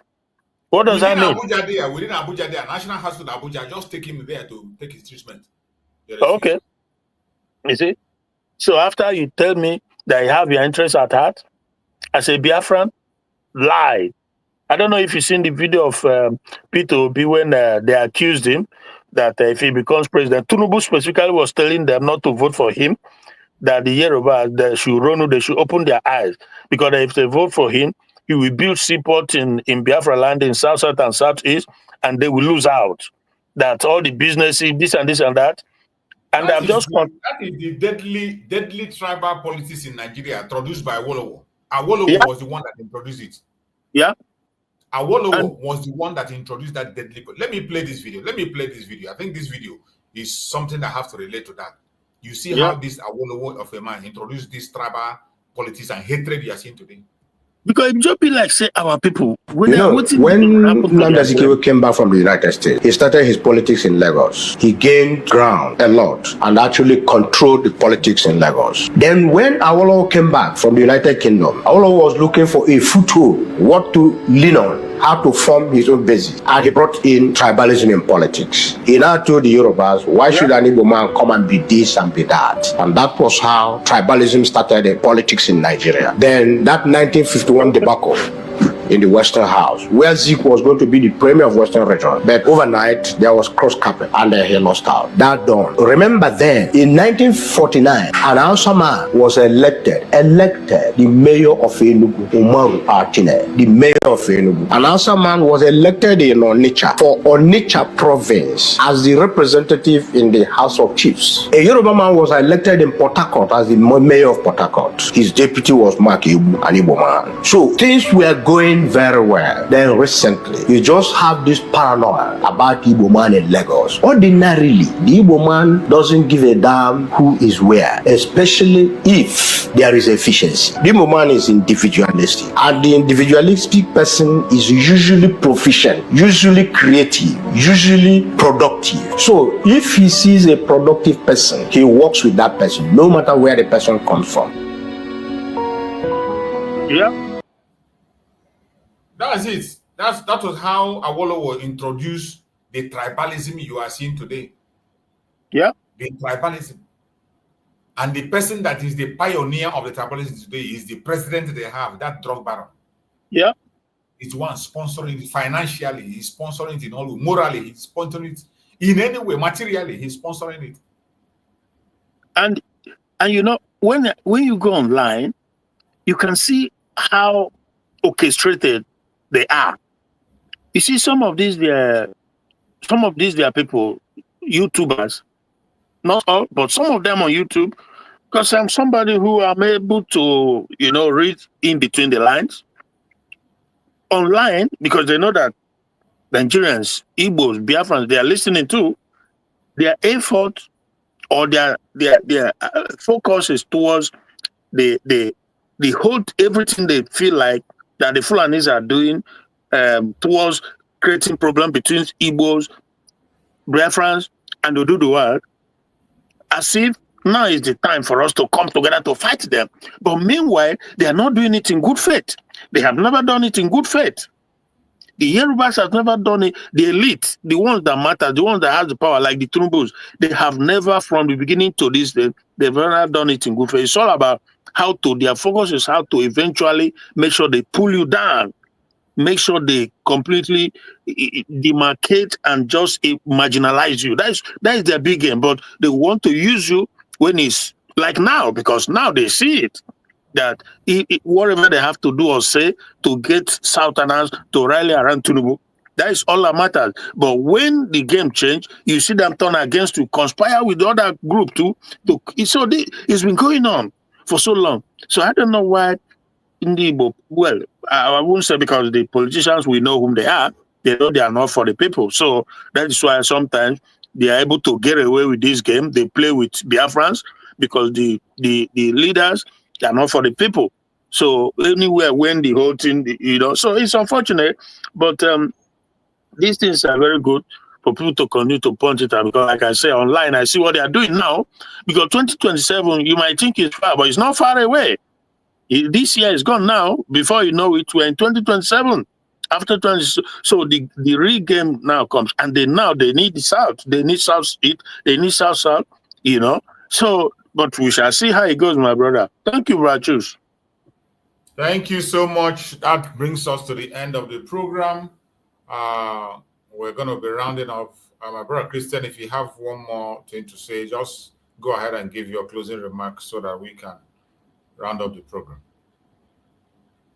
Okay. Yeah. Well, not much. You know, we just have to continue to push on. You know. So, and it's unfortunate that this is the situation we find ourselves.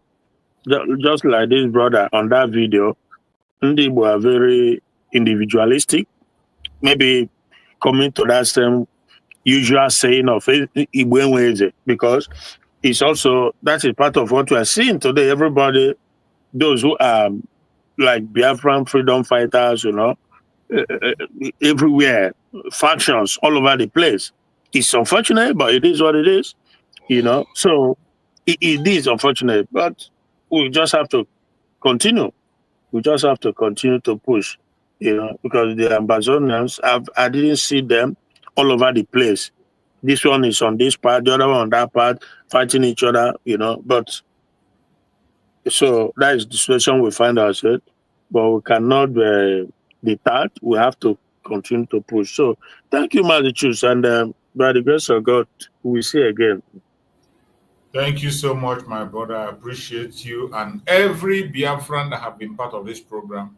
I appreciate every one of you. May Chukwu Okike Abịama guide and protect all of us. Secure us. Give us more wisdom, Amen. knowledge, and understanding to continue to live on until we see Biafra and raise the flag. I pray for our detained leaders, our supreme leader, Mazi Nnamdi Kanu. We pray for his health, that Chukwu Okike Abịama will grant him divine healing. Pray that Chukwu Okike Abịama will give him strength. Whatever poison that have been injected into his body, we pray that Chukwu Okike Abịama will heal him permanently. We pray for our Prime Minister, Mazi Simon Ekpa, for divine protection also. We pray that Mazi Simon Ekpa, wherever he is, any plan they make against him will fail. Any hole or pit they dug for him, they will fall into it. We pray that in a short while, that appeal will be for his own good. We pray that all things will turn for our good because we believe in Chukwu Okike Abịama. Thank you so much for listening. No weapon formed or fashioned against us shall prosper. No weapon formed or fashioned against our leaders shall prosper. Thank you so much for being part of the program. Stay blessed and see you again later in the day. Remember this. Bye-bye. Bye.